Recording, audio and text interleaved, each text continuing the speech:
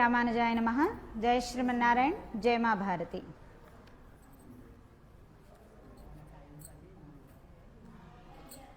ఈ రోజున అమ్మవారు మనని 7వ పాశురంలోకి అడుగు పెట్టిస్తున్నారు. వేరొక గోపిక మళ్ళీ వీళ్ళల్లో ఒక ఆవిడ మిస్ అయ్యారని అనిపించిందనమాట.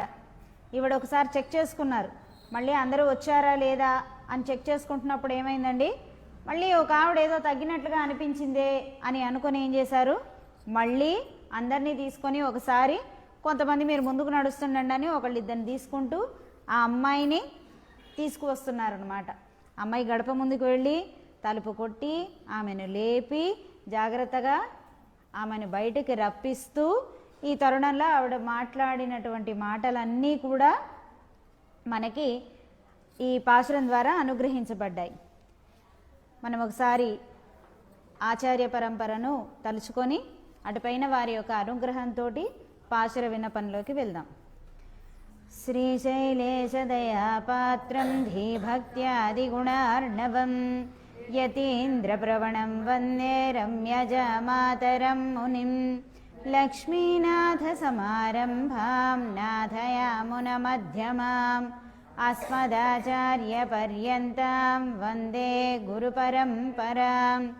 యో నిత్యమచ్యుతపదాంబుజయుగ్మరుక్మవ్యామోహతస్తదితరాణి తృణాయ మేనే అస్మద్గురోర్భగవతోస్య దయైకసింధోః రామానుజస్య చరణౌ శరణం ప్రపద్యే. మాతాపితా యువతయస్తనయా విభూతిః సర్వం యదేవ నియమేన మదన్వయానాం ఆద్యస్య నః కులపతేర్వకులాభిరామం శ్రీమత్తదంఘ్రియుగళం ప్రణమామి మూర్ధ్నా. భూతం సరశ్చ మహదాహ్వయ భట్టనాథ శ్రీభక్తిసార కులశేఖరయోగివాహాన్ భక్తాంఘ్రిరేణుపరకాలయతీంద్రమిశ్రాన్ శ్రీమత్పరాంకుశమునిం ప్రణతోస్మి నిత్యం. శ్రీమతే రామానుజాయ నమః. జయ శ్రీమన్నారాయణ. జయ మా భారతి. ఈ రోజున అద్భుతమైనటువంటి పాశురం అండి. అంటే అంటే ఇప్పుడు మనకి అంతా కూడా ఎక్కడికక్కడ రాష్ట్రాలుగా విభజించబడిపోయి చిన్న చిన్న స్థలాలను రాష్ట్రం అని చెప్పి దాన్ని విభజించేసుకున్నాం. పూర్వం రాష్ట్రం అంటే ఏంటండి, భరతఖండం మొత్తం కూడా రాష్ట్రం అని చెప్పేవాళ్ళు అనమాట. మిగతావన్నీ కూడా ఏమయ్యేవి, రాజ్యాలు అవుతూ ఉండేవి. అంతవరకే రాజ్యము సామంత రాజ్యము అంతవరకే నడుస్తూ ఉండేదన్నమాట. సో అందుకని ఇప్పుడు ఇదిని బట్టి ఇప్పుడు మొన్న చెప్పాం కదా, మనకి బదరీ క్షేత్రం అనేది ఇప్పుడేమనిపిస్తోందండి, Ayodhya is on the north, అట్లాగే బద్రికా క్షేత్రం is on the north, Naimisharanyam north అని మనం ఇప్పుడు చెప్తున్నాం. కానీ యాక్చువల్లీ బద్రికా క్షేత్రం నుంచి కోసల దేశం వరకు కూడా మధ్య దేశం అని చెప్పేవాళ్ళు అనమాట. అంటే మధ్య దేశమే చాలా ఎక్కువ ఉండేది. ఇక ఉత్తర దేశము అని అంటే ఏంటండి, బదరీకి ఆవల ఉన్నటువంటి క్షేత్రం అంతా కూడా ఉత్తర దేశం అని చెప్పేవారు. ఇక తర్వాత ఈ కిందిది వచ్చేపాటికి ఏంటి, కోసలాకి కిందకుండేటంతా కూడా దక్షిణ దేశంగా చెప్పేవారు అనమాట. అది అయితే ఇక్కడ అమ్మవారి టైం వరకు కూడా ఆ పక్క రాష్ట్రాలు, ఇప్పుడు చెప్పుకునేటటువంటి పక్క రాష్ట్రాలు ఏవైతే ఉన్నాయో వాటి కనెక్టెడ్ ఐడియాస్ కూడా మనకి అమ్మవారి పాశురాలలో చాలా ఈజీగా కనిపిస్తాయి మనకి. అంటే పూర్వము ఒక రాజు, అంటే ఇప్పుడు మొన్న కూడా అనుకున్నాం కదా నిన్నను, విజయనగర సామ్రాజ్యం అంటే ఎక్కడ దాకా ఉంది, మొత్తం మహారాష్ట్ర దాటిపోయే ఉంది అది. అలాగే శివాజీ మహారాజు యొక్క రాజ్యం ఎక్కడ దాకా ఉండేది, మరాఠా ఎంపైర్ చాలా మొత్తం దక్షిణాది అంతా కూడా, మన టైం బాగోక హైదరాబాద్ తప్ప సినిమా అంతా కూడా ఆయన కిందనే ఉండేది కదా. అలా ఏంటి అని అంటే విస్తీర్ణం అనేటటువంటిది ఉండేది. దాంతో ఆటోమేటిక్గా ఎవరి కల్చర్ ఎవరి ట్రెడిషన్ వాళ్ళకి ఉండేది. ప్లస్ ఏం జరిగేది, వాళ్ళ ట్రెడిషన్ని గౌరవిస్తూ ప్లస్ వాళ్ళ భాషలో ఇక్కడి పదాలను ఏమంటారో కూడా అమ్మవారు తన పాశురాల ద్వారా అక్కడి నమ్మకాలని ఇక్కడి నమ్మకాలని కలిపి మనందరి నమ్మకాలు ఒకటే చూసారా అని మనని ఒక చెట్టు కిందికి చేర్చిందనమాట. సాధారణంగా ఏమనుకుంటారంటే తిరుపావైని తెలుగులో రాసుకొని చదువుకోవచ్చు కదా, వేరే భాషలో ఎందుకు చదువుకోవాలి కదా. ఆన్ ద హోల్గా అందరికీ ద మెయిన్ లాంగ్వేజ్ ఏంటండి? సంస్కృతం. క్వశ్చనే లేదు అందులో కదా. ఇక తర్వాత ప్రాంతీయ భాష అనేటటువంటిది మళ్ళీ ఎక్కడికక్కడ లోకల్గా వస్తూనే ఉంటుంది. అయితే గొప్ప విషయము అందరి భాషల్లో కూడా సంస్కృతం ఉంటుంది. అందుకనే అవతల వాళ్ళు వేరే భాషలో మాట్లాడుతున్నా కూడా మనకు కొన్ని పదాలు అర్థమవుతూ ఉంటాయి. ఎందుకంటే కామన్ వర్డ్స్ ఆటోమేటిక్గా మనకు అర్థమైపోతూ ఉంటాయి అన్నమాట. Though they are not speaking in English కదా, అది అన్నమాట. సో ఇప్పుడు ఈ భాష ఏదైనప్పటికీ కూడా భావన అనేటటువంటిది చాలా ముఖ్యం అన్నమాట. మేము చాలామందిని చూసాం, తిరుపావై ధనుర్మాసం రంగానే తిరుపావై చదవటం అవసరమా, అది వేరే భాషలో ఉంది కదా, తెలుగు భాషలో ఉంటే బాగుంటుంది కదా, హిందీ వాడైతే హిందీ భాషలో ఉంటే బాగుంటుంది కదా, ఏ హమారీ భాష నహీ హేనా కదా, అవునా?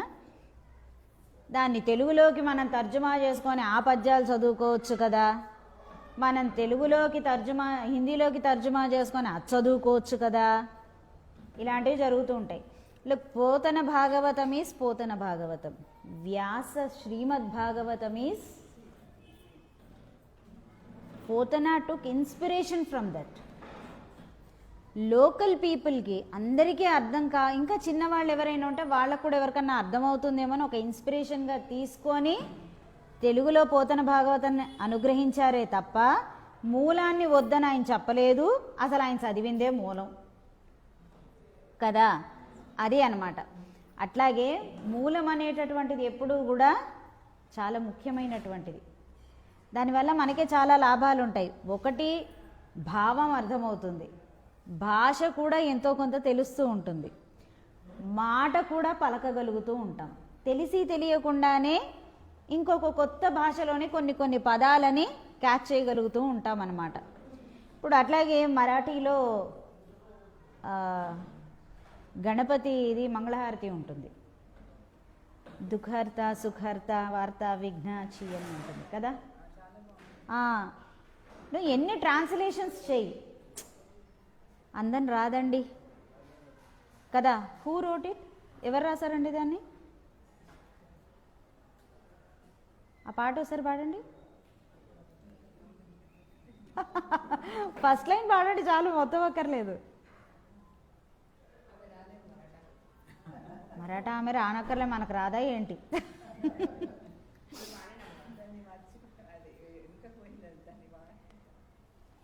శివాజీ మహారాజ్ గారి గురువు ఎవరు?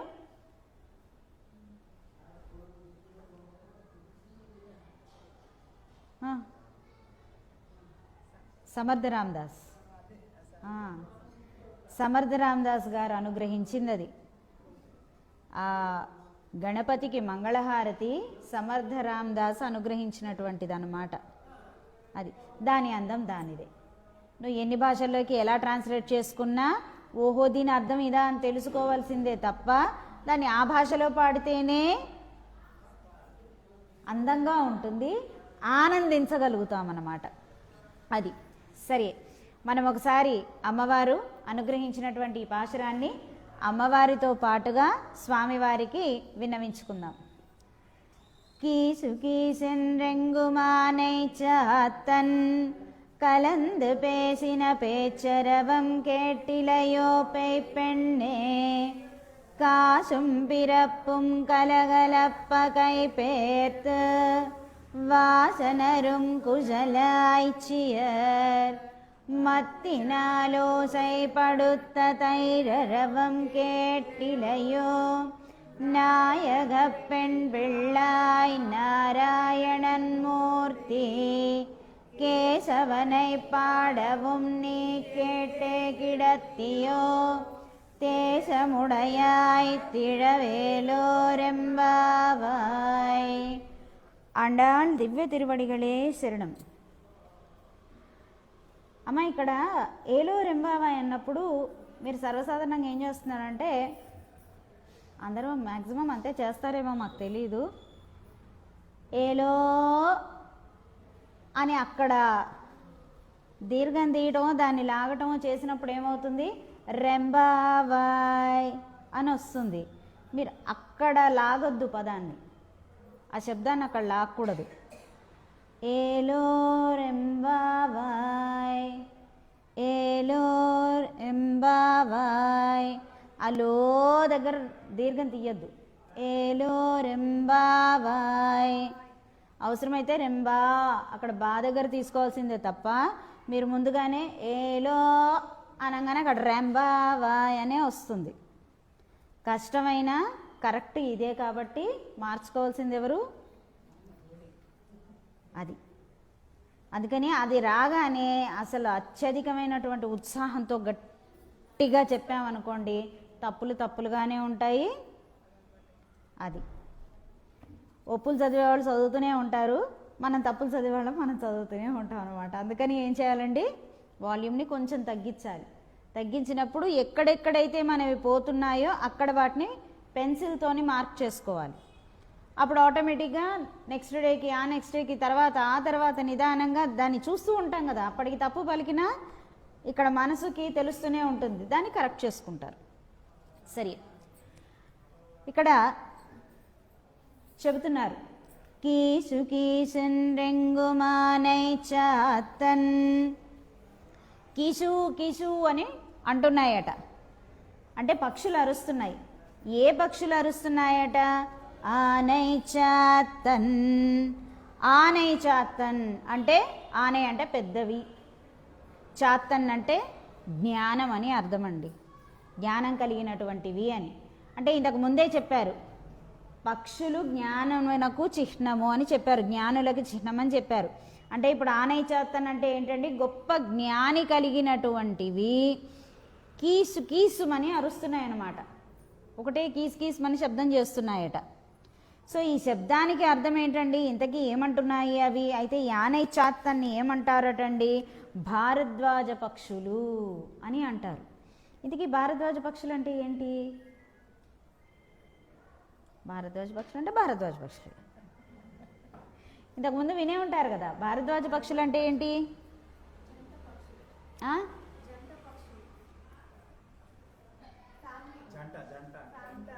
గట్టిగా ఆహా, ఇప్పుడు చిలుకలు కూడా జంటగానే ఉంటాయి కదా,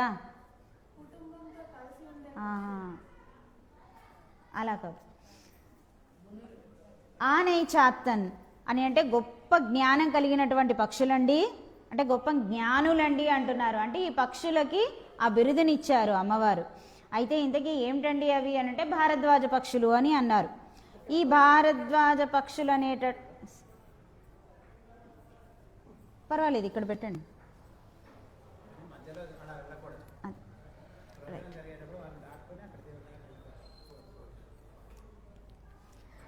సరే, అయితే ఈ భారద్వాజ పక్షులు అరుస్తున్నాయమ్మా అని అన్నారు. ఏంటండి భారద్వాజ పక్షులు అంటే? రెండింటిని భారద్వాజ పక్షులు అంటారండి. అవి ఎక్కువ తిరిగే ప్లేసెస్ని బట్టి కొన్ని ప్లేసెస్లో ఒకదాన్ని భారద్వాజ పక్షి అంటారు, మరికొన్ని ప్లేసుల్లో మరికొన్ని చోట్ల ఒకదాన్ని భారద్వాజ పక్షి అంటారు. అదృష్టం ఏంటి అంటే మన రీజన్లో ఈ రెండు పక్షులు తిరుగుతాయి అన్నమాట. ఒకటి ఏట్రింత పక్షి అంటారనమాట. ఏట్రింత పక్షి అంటే దీన్ని బ్లాక్ డ్రాంగ్ అంటారు, ఇంగ్లీష్లో అయితే బ్లాక్ డ్రాంగ్, దీన్ని ఏట్రింత పక్షి అంటారు. ఇక రెండవది వచ్చేపాటికి జముడు కాకి అనేది ఉంది. జముడు కాకి అంటే దాన్ని ఇంగ్లీష్లో గ్రేట్ కూకల్ అంటారు. ఓకే, సో అంటే COUCAL, గ్రేట్ కూకల్.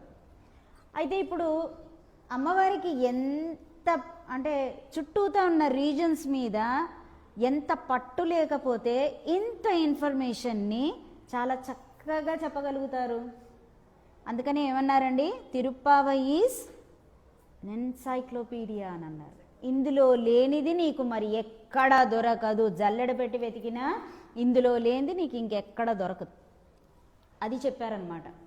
అంటే ఆవిడకి సౌత్ రీజన్స్ మీద మంచి పట్టు ఉంది, నార్త్ సైడ్ రీజన్స్ మీద అంటే ఇప్పుడు ఇండియాకి నార్త్ సైడ్ రీజన్స్ మీద కూడా మంచి పట్టు ఉన్నదన్నమాట. ఈ సౌత్ వైపు ఉన్నటువంటి రీజన్స్ అన్నీ కూడా ఏట్రింత పక్షి తర్వాత భారద్వాజ పక్షి కూడా ఉంటాయి maximum. Especially Telangana region, Andhra రీజన్లో అయితే ఈ రెండు బాగా కనిపిస్తాయి. కానీ మీరు ఇటు దీన్ని ఏమంటారు కేరళ అటువైపుకి వెళ్ళారనుకోండి, ఈ జముడు కాక అని చెప్తున్నాం కదా, అది కనిపించడం కొంచెం తక్కువ, ఎప్పుడుకో కనిపిస్తుంది కానీ కనిపించదు అంత ఎక్కువగా. ఏట్రింత పక్షులే ఎక్కువ కనిపిస్తాయి. నార్త్ సైడ్ అంటే ఎస్పెషల్లీ మహారాష్ట్ర రీజన్స్కి వచ్చేపాటికి, మధ్యప్రదేశ్ అటు వచ్చేపాటికి ఈ గ్రేట్ కూకల్ జముడు కాక ఎక్కువ కనిపిస్తుంది, ఏట్రింత పక్షి తక్కువ కనిపిస్తుంది. ఆ రీజన్స్లో భరద్వాజ పక్షి అంటే గ్రేట్ కూకలే, జముడు కాకినే భరద్వాజ పక్షి అని వేస్తారనమాట. అంటే ఈ రెండిటికి కూడా కామన్ థింగ్స్ కొన్ని ఉన్నాయన్నమాట, common features, common characteristics, not features, characteristics ఉన్నాయి. అందుకనే అమ్మవారు ఏం చేశారు, ఈ రెండిటి గురించి ఒక్క దెబ్బకి రెండు పిట్టలు అన్నమాట, వాటి గురించే చెప్పారు ఇక్కడ. ఓకే, ఈ ఏట్రింత పక్షిని కాటుక పక్షులని కూడా అంటారు. అయితే ముందు ఏట్రింత పక్షి గురించి తెలుసుకుందాం. ఇక్కడ కీచు కీచు అని అంటున్నాయి అని అన్నారు కదా. ఇప్పుడు కీచు కీచు అని అంటే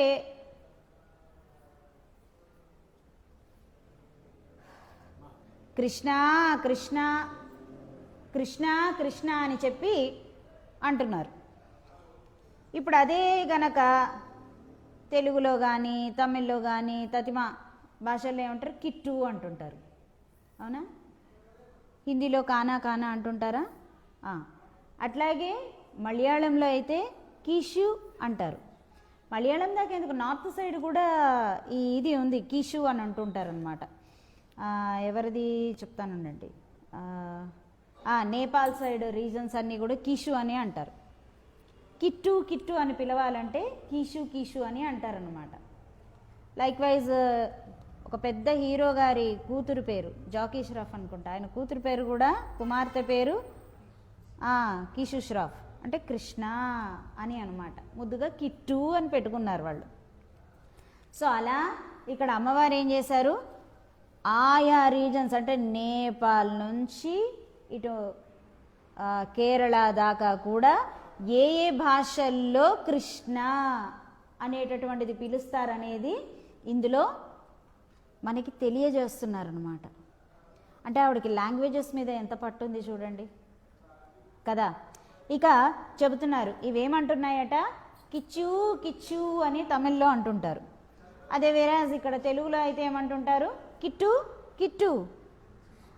అదే ఈ నేపాల్ తత్మ వాటిలో ఏమంటుంటారండి, కిషు కిషు అంటారనమాట.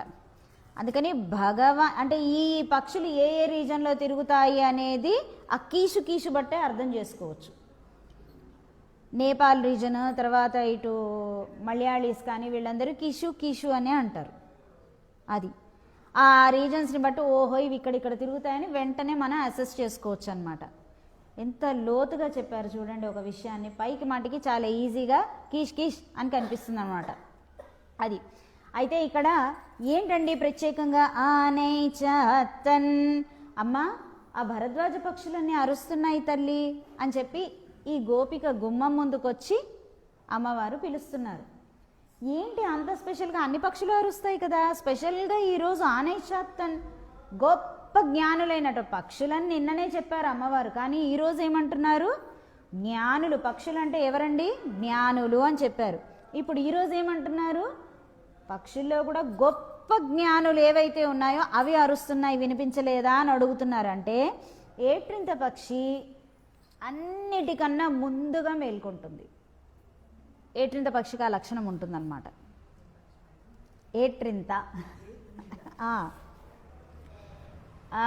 ETRIN TH ఏట్రింత. ఓకే, సో దీనికి ఉండేటటువంటి లక్షణం ఏంటి అని అంటే అన్నింటికన్నా ముందుగా లేస్తుందన్నమాట. లేచి ఇక నిద్రపోయేది ఎలా అంటే మొత్తం అంతా లోకం అంతా అంతా నిద్రపోయిన తర్వాత ఎప్పటికో నిద్రపోతుంది అనమాట. అంటే తక్కువ టైం నిద్రపోతుంది, ఎక్కువ టైం లేచి ఉంటుంది. అందరికన్నా ఫస్ట్ ఈ భూప్రపంచంలో ఎవరయ్యా లేచేది అని అంటే ఏట్రింత పక్షులే లేస్తాయి అన్నమాట. They are so so so so early to rise. సో అవి ఎప్పుడో లేచి అరుస్తున్నాయి కదా, నీకు వినిపించి ఉండాలి కదా, మరి ఇంకా పరధ్యాసగా ఉన్నావేంటి అని చెప్తున్నారన్నమాట ఈవిడ. ఈ అమ్మాయి నిద్రపోతుందా? ఏం చేస్తుంది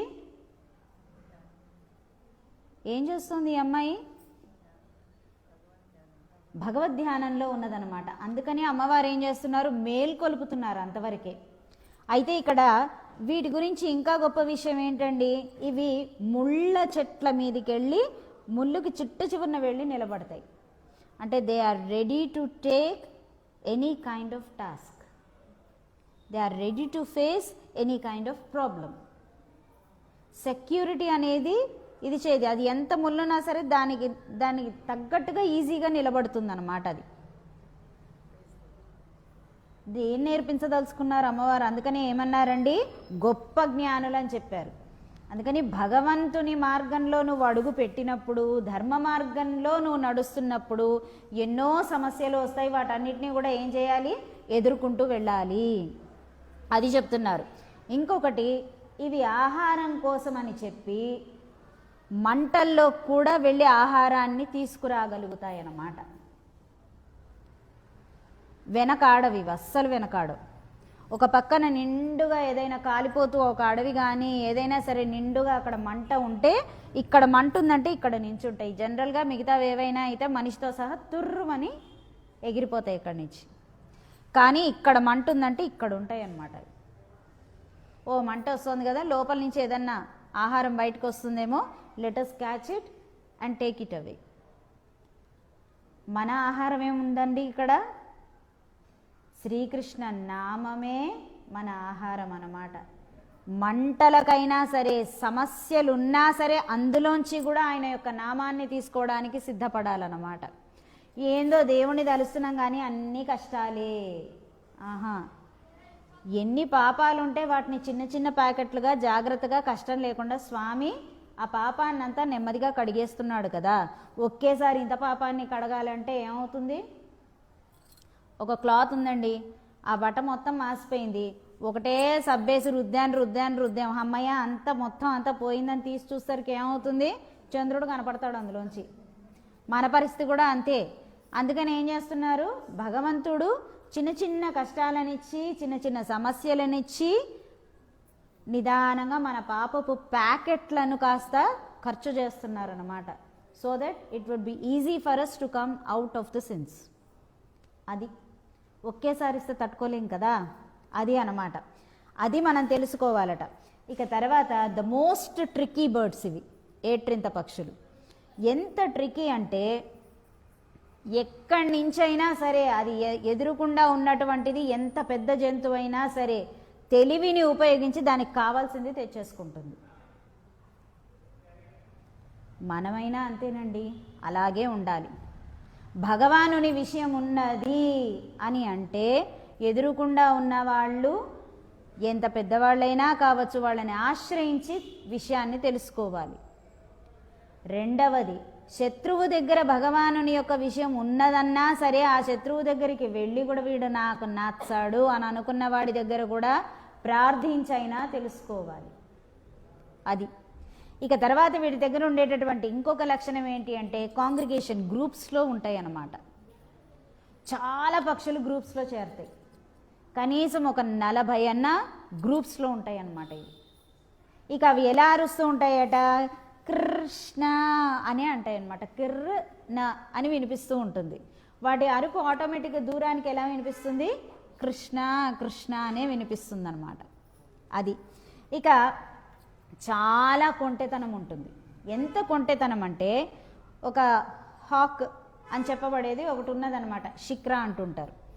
ఈ శిక్రా పక్షిని చక్కగా ఇమిటేట్ చేస్తుంది, అంటే అనుకరిస్తుంది. అనుకరించి ఏం చేస్తుంది, ఎప్పుడన్నా తనకి ప్రాబ్లమ్స్ వస్తున్నాయి అని అనిపిస్తే ఏం చేస్తుంది, వెంటనే ఆ శిక్రా పక్షి యొక్క శబ్దాన్ని చేస్తూ ఉంటుందన్నమాట. ఇది చేసేసరికి మిగతావన్నీ కూడా పక్షులే కానీ అంటే అది ఒక చిన్న సైజు డేగ వస్తే మనని తన్నుకుపోతుంది, అందుకని మనం దూరంగా వెళ్ళిపోవటం మంచిదని దీనికి ఎవరైతే గనక హాని చేసే ఉంటాయో అవి దూరంగా వెళ్ళిపోతూ ఉంటాయి. అంటే ఇక్కడ అమ్మవారు ఏమంటున్నారండి, ఏట్రింత పక్షి అంటే ఏంటి, భాగవతులు అన్నమాట.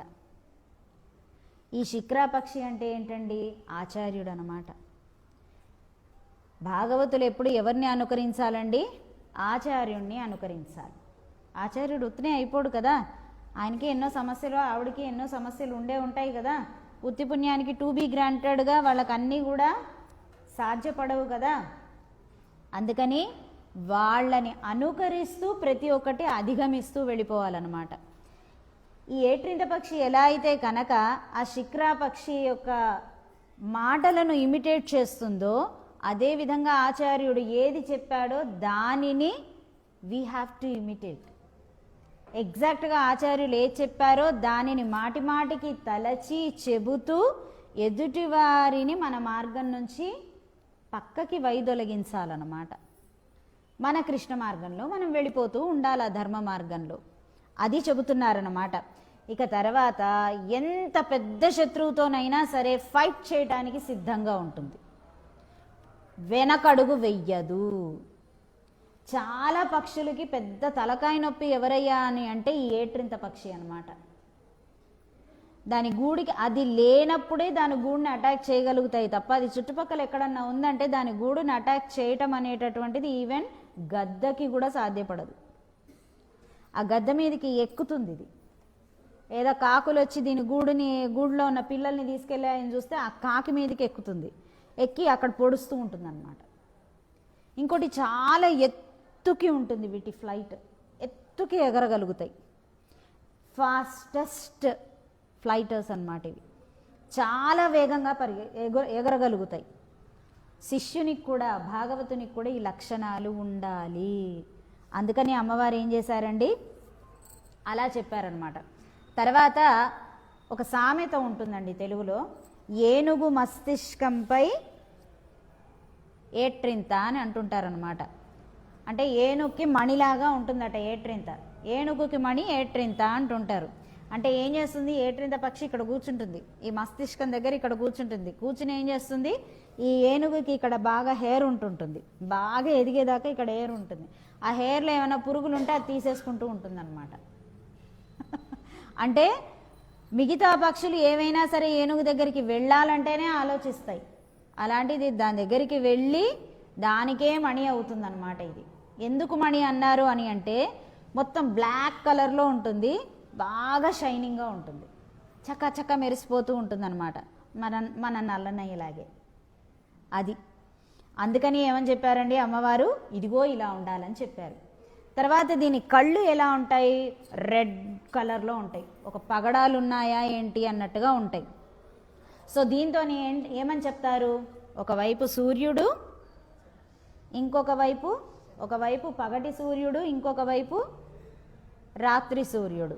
రాత్రి సూర్యుడు అంటే ఎవరండి, కాదండి, ఈవెన్ మనకి చెబుతూ ఉంటారు కదిర్ మదియం బోల్. అలాగే ఏమని చెప్తున్నారు, సూర్య చంద్ర అని చెప్తుంటారు. చంద్రుడికి వెలుగు ఎక్కడి నుంచి వస్తుంది, ఏ సూర్యుడి నుంచి,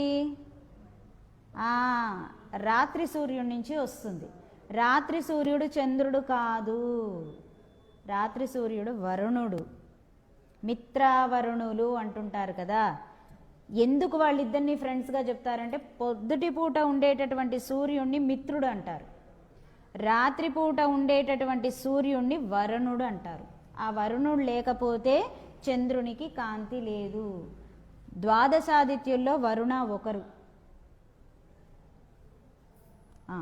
ఈ ద్వాదశాదిత్యుల్లో ఆయన ఒకరు అన్నమాట. అందుకని వీరిరువురు లేకపోతే మనకు ఒక రోజు పూర్తి కాదు. అందుకని మిత్రావరుణులు అనేటటువంటి వారు ఎప్పుడూ స్నేహంగా ఉంటారు అని చెప్తారు. ట్విన్స్ లాగా పనిచేస్తూ ఉంటారు అనమాట వీళ్ళిద్దరూ కూడా. అది ఇద్దరూ ఒక తల్లి పిల్లలే. వీరిరువురు కూడా పగటిపూట రాత్రిపూట కరెక్ట్గా పని చెయ్యకపోతే ఇంకా డే అనేది సంపూర్ణం అవ్వదనమాట. అది అందుకని ఏమని చెప్తారు, ఒకటి మిత్ర అయితే ఒకటి వరుణ అని చెప్తారనమాట. వరుణ ధర్మానికి దేవత అండి. ధర్మాన్ని రక్షించేది ఎవరు అని అనంటే వరుణదేవుడు అనమాట.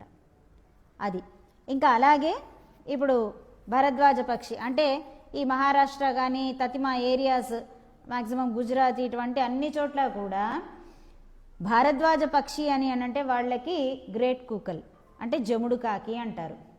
యాక్చువల్గా జముడు అంటే అది యాక్చువల్గా యముడు అనమాట.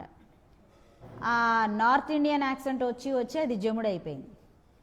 సరే, అయితే ఇప్పుడు ఈ కాకి ఎలా ఉంటుంది మీకు అందరికీ కనిపిస్తూనే ఉంటుంది, కాకపోతే అది అని మీకు తెలియదు అంతవరకే. ఎలా ఒక కాపర్ కలర్లో ఉంటుంది.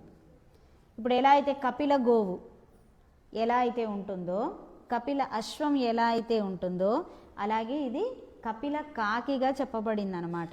అందుకే చాలా ప్రిషియస్ అంటారు. అది ఇంకా దీన్ని కపిల వాయసం అంటారు. నార్త్ సైడ్ అయితే కుంభర్ కోయల్ అంటుంటారు. అయితే ఇది ఏం చేస్తూ ఉంటుంది, ఎప్పుడు కూడా దీని కళ్ళు కూడా 2 రెడ్ కలర్లో ఉంటాయి. సేమ్, ఒకటి మిత్ర ఒకటి వరుణ, రైట్. అండ్ నెక్స్ట్ వచ్చేసరికి ఇది తినేటటువంటిది ఏంటి అంటే గన్నేరు కాయలు తింటూ ఉంటుంది ఇది. సరే, ఈ పురుగులు తినటం ఇది కామన్. స్పెషల్ ఏంటి అని అంటే గన్నేరు కాయలు తింటుందన్నమాట. గన్నేరు చెట్లకు వస్తూ ఉంటుంటాయి కదా కాయలు లాంటివి, అవన్నీ తింటూ ఉంటుంది. ఈ గన్నేరు కాయను ఎప్పుడన్నా గమనించారా ఎలా ఉంటుందో? అది ఒక సైడ్ నుంచి చూస్తే హార్ట్ షేప్లో కనిపిస్తుంది, ఇంకొక వైపు నుంచి దాని తలకిందులు వేసి చూస్తే కనుక ఇలా బాక్స్ ఆకారంలో 4 ఇదులు కనిపిస్తాయి. అంటే 4 వేదాలకి గుర్తని చెప్తారన్నమాట. పాయిజనస్ థింగ్స్ అని అన్నిటినీ కూడా అది తీసుకొని ఏం చేస్తుంది, చక్కని మాటని బయటికి ఇస్తుంది.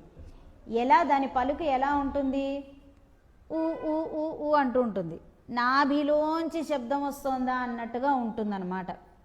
అందుకని దాని శబ్దాన్ని ఏమంటారు, ఏట్రింత పక్షేమో చెవులు చిల్లులు పడేటట్టు అరుస్తుంది కృష్ణనామంతో.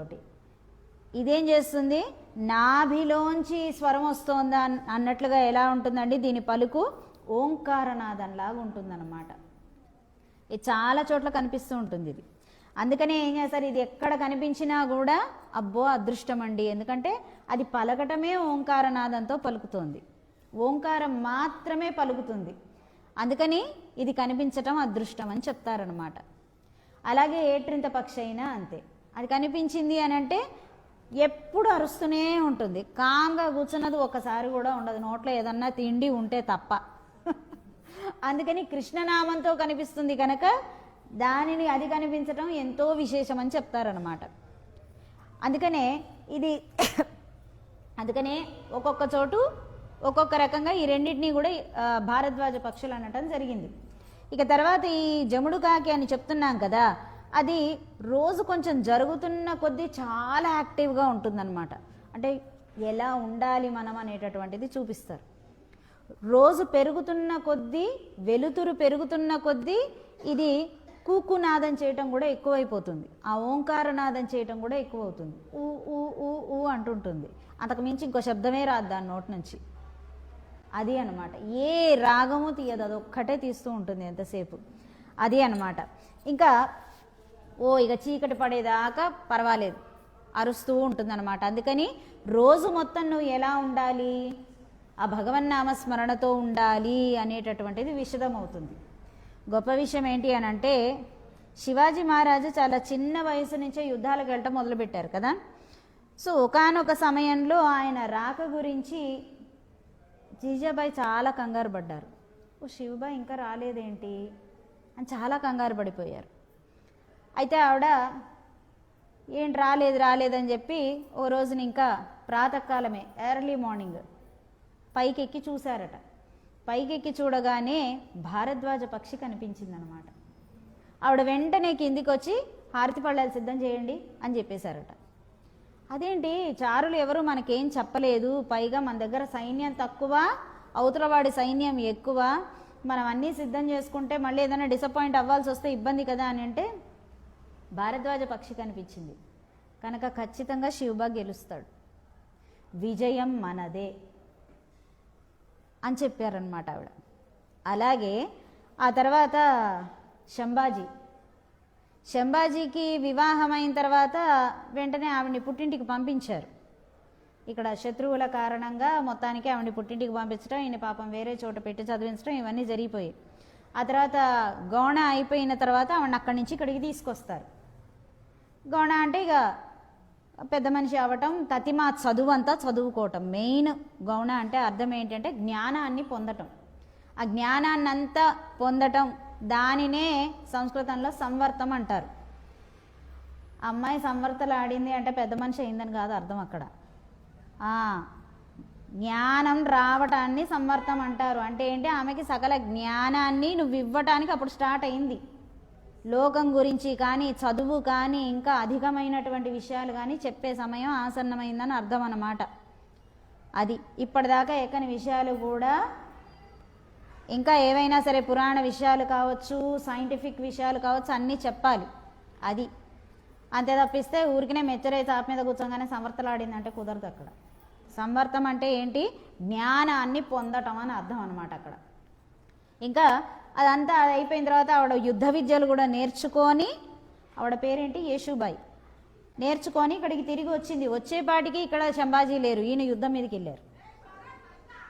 సో ఈవిడ ఇక్కడ వారం రోజులు, ఈవిడ వచ్చిన తర్వాత వారం రోజులకి వీళ్ళకందరికీ అసలు శంభాజీ ఈమెను తీసుకొచ్చాం కానీ ఈమెని వారంలో ఎటువంటి ముఖంతో చూడాలో ఏమిటో, ఎటువంటి బట్టల్లో ఈమెని వారం తర్వాత చూస్తామో ఏమిటో అని కంగారు పడేలోపు ఈమె పైకి వెళ్ళినదట. మధ్యాహ్నం పూట ఊరికే పైకి వెళ్ళిందట ఓసారి అలా తిరిగి రావడానికి. అప్పుడు ఈవిడికి భారద్వాజ పక్షి కనిపించగానే కిందికి దిగొచ్చి, శంభాజీ వచ్చేస్తారు, మహారాజు వచ్చేస్తారు, కాబట్టి మనం అన్నీ సిద్ధం చేసుకోవాలి అని చెప్పినదట. అంటే భారద్వాజ పక్షి కనిపించింది అంటే ఖచ్చితంగా శుభం జరుగుతుంది. నువ్వు ఏ విషయానికి కంగారు పడుతున్నావో అందులో నీకు పాజిటివే అవుతుంది తప్ప నెగిటివ్ జరగదు అనేది చాలాసార్లు ప్రూవ్ అవ్వబడింది. అది సరే. అయితే అమ్మవారు చెబుతున్నారనమాట ఇక్కడ, కీషు కీషు అంటున్నాయి అని చెప్తున్నారు. ఏమండి, పక్షులకి భాష అనేది ఒకటి ఏడుస్తుందా ఏమిటి? ఇవిడ మరీ చెప్తారండి అని అంటే, కాకులు ఏమంటున్నాయండి, కావు కావు అంటాయి. ఇది నీది కావురా, నీ రోజులు ఇలా ఎల్లకాలం కావురా, ఇలా ఉండదురా, ఏది శాశ్వతం అనుకోకురా, ఇవి శాశ్వతం కావు కావు కావు చెప్తోంది కదా. నీకు అర్థం కావట్లేదు అంతవరకే, ఎంతసేపు నువ్వు మాట్లాడుతున్నావు కాబట్టి అలా ఉంది అంతే. కోళ్ళు ఏమంటాయి, కొక్కరొక్కో కొక్కరొక్కో అంటాయి. దాని స్పీడ్గా అనండి, కోరుకో కోరుకో అంటాయి అన్నమాట. వాటిని కోరుకోమని కాదు, ధర్మాన్ని కోరుకో, భగవన్ మార్గాన్ని కోరుకో అని చెబుతాయి అన్నమాట. నువ్వు మెసేజ్ తప్పుగా తీసుకుంటావు, ఎందుకంటే నీ దృష్టి ఎప్పుడు వేరే వైపు ఉంటుంది కనుక. అది చెబుతారనమాట. అందుకని ఏమంటారండి అమ్మవారు, పక్షులే కానీ జంతువులే కానీ మన ప్రకృతి, మన చుట్టూతా ఉన్నది ప్రతిదీ కూడా మనకి సంకేతాన్ని పంపిస్తూనే ఉంటుంది, దాన్ని అందుకోవాలని చెప్తారు. అందుకని ఏమంటారు, అదేమిటమ్మాయి మనకు అలవాటు కదా ప్రకృతితో సహజీవనం చేయటం, మరి అదేంటి నీకు అది కృష్ణ కృష్ణ కీషు కీషు కీషు ఓ కిట్టు ఓ కిట్టు అని అరుస్తోంది కదా పొద్దున్న నుంచి, మరి నీకు వినిపించకపోవటం ఏంటి? వినిపిస్తే నువ్వు ధ్యాసలో ఉండి కృష్ణుడు వచ్చేసాడు అనుకున్నావా ఏంటి, నువ్వే పిలుస్తున్నావు అనుకున్నావా ఏంటి అని అడుగుతున్నారట. ఇక కలంద్ పేసిన పేచరవం కేటిలయో, అవన్నీ ఏం చేస్తున్నాయండి, కలంద పేసిన, ఇందాకే చెప్పుకున్నాం కదా ఎలా ఉంటాయి ఇవన్నీ కూడా గుంపుల్లో ఉంటాయి భరద్వాజ పక్షులు. అది ఏట్రింత పక్షులే కావచ్చు, తర్వాత జముడు కాకులే కావచ్చు, ఇవి ఎక్కువ శాతం గుంపులుగా ఉంటాయి అన్నమాట. సరే మనకు అప్పుడప్పుడు సింగిల్గా కనిపిస్తాయి, కానీ ఎక్కడైనా అవి రెస్ట్ తీసుకోవాలి అంటే కాస్త కదలకుండా నిద్రపోవు ఇవి, కానీ అలా ఉండాలి అని అనుకున్నప్పుడు గుంపుల్లో ఉంటాయి అన్నమాట. ఎందుకంటే ఒకటి కాకపోతే ఇంకొకటైనా హెల్ప్ చేస్తాయి అనేటటువంటిది. కానీ గుంపుల్లో ఉన్నప్పుడు ఏమన్నా సైలెంట్గా ఉంటాయా, ఇవి ఉండవు.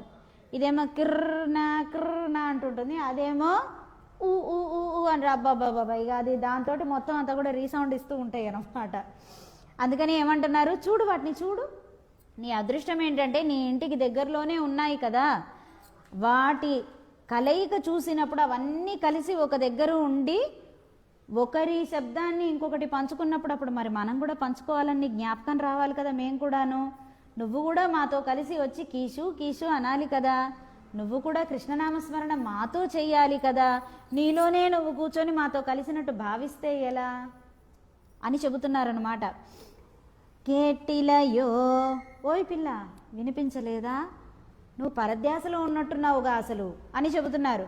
పే పెండే, పే పెండే అంటే ఓ పిచ్చిదానా, ఓ వెర్రిదానా అని అంటున్నారనమాట. అదేంటండి, రెండో పాశురంలో ఏం చెప్పారు? ఎవరిని మనము, ఎవరిని చెడుగా మాట్లాడము అంటే ఇక్కడ ఏమంటున్నారు అమ్మవారు? పిచ్చిదానా, ఓ వెర్రిదానా, పేపెండే అని అంటున్నారు. ఏం పిచ్చిట? పే అంటే పిచ్చి అన్నమాట. ఏం పిచ్చి అట? కృష్ణ నామం అంటే పిచ్చట. అందుకని అవి కీష్ కీష్ కీష్ మన అరుస్తుంటుంటే వీళ్ళ దగ్గరికి వెళ్ళటం కన్నా ఈ పక్షుల దగ్గర కూర్చొని వింటాం హాయి కదా అని అక్కడ ఉండిపోయింది అనమాట ఈ అమ్మాయి. అమ్మో ఇంత పిచ్చేంటమ్మా నీకు అంటారు కదండి. వాడికంతా అదో పిచ్చండి. ఇక పెన్సిలు పేపరు ఉందంటే బొమ్మలు వేసేస్తూనే ఉంటాడు. వాడికి అదో పిచ్చండి. మా వాడి ఒకటి అనుకున్నా అంటే కవిత్వం రాసేస్తూనే ఉంటాడు. అంటే ఇప్పుడు అది గొప్పగా చెప్తున్నారా, తక్కువ చేసి చెప్తున్నారా కదా? అది అనమాట ఇక్కడ అమ్మవారు చెప్పేటటువంటిది. ఒక దృఢాశక్తి కలిగి ఆసక్తి కలిగి ఉంటే కనుక దానిని లోకంలో ఏమంటారండి? పిచ్చి అనమాట. మా అమ్మకి వంటల పిచ్చి అనుకో, కొత్త కొత్తవన్నీ చేసి పెట్టేస్తుంది. ఎదుటాడు తింటాడో తిన్నాడో తెలియదు కానీ కదా. కొంతమందికి ఎంతసేపు వండాలనిపిస్తుంది, ఏదో కొత్త కొత్తవి చేసి పెట్టాలనిపిస్తుంది. వాళ్ళు తిన్నా తినకపోయినా ఎదుటి వాళ్ళకి చేసి పెడుతూ ఉంటారు కదా. అలా అన్నమాట. అలా ఇక్కడ ఈమెకు కూడా ఉన్నటువంటిది ఏంటంటే కృష్ణనామస్మరణ మీద ఉండేటటువంటి ఆసక్తి, దృఢాసక్తి ఉండేసరికి ఇక్కడ అమ్మవారు ఏమన్నారండి? పేపెండే, అమ్మో ఇంత ఉందా నీకు అని అంటున్నారు. పూర్వం ఒకానొక రాజుగారు ఎప్పుడు తాగడం, తిరగటం, పడిపోవటం, ఎప్పుడు చూసినా కన్యామణులు ఉండేవాళ్ళు అనమాట. ఇక్కడ ఈ చుక్క, ఇక్కడ ఈ చుక్క లేకపోతే పని జరిగేది కాదు. ఇక సభలోకి వెళ్ళడం అనేది క్వశ్చనే లేదు ఎప్పుడూ కూడా. పాపం అదేంటి అక్కడ ఉన్నటువంటి రాజగురువు గారే అంతా చూసుకునేవారు. ఆ రాజగురువు గారేమో ఇక గురువు కదా, ఆయనకు ఒక్కడి మాట ఈయన వినేవాడు. అది కూడా ఎంతవరకు? ఈయన గారి 2 చుక్కలకి అడ్డు రానంత వరకే. అది ఇగో నాయన కొంచెం ఇగో ఇది ఇలా చెయ్యాలి, ఇలా చేయాలి అని అంటే దీని మీద ముద్ర వేయాలి, ఓసారి చదువుకొని వెయ్యి అని చెప్పినా ఇక లేదు అని అంటే ఎవరైనా వచ్చి ఇగో పలానా సైనికుడి విషయంలో నువ్వు జాగ్రత్తగా ఉండాలి అన్న ఇలాంటివేవో రాసకార్యాలలో ఆయన మాట వినేవారు. వచ్చి సింహాసనం మీద కూర్చొని అయినా అప్పుడప్పుడన్నా కనపడాలి కదా అని అంటే మీరు ఉన్నారుగా కానివ్వండి అని చెప్పేవాడు అనమాట.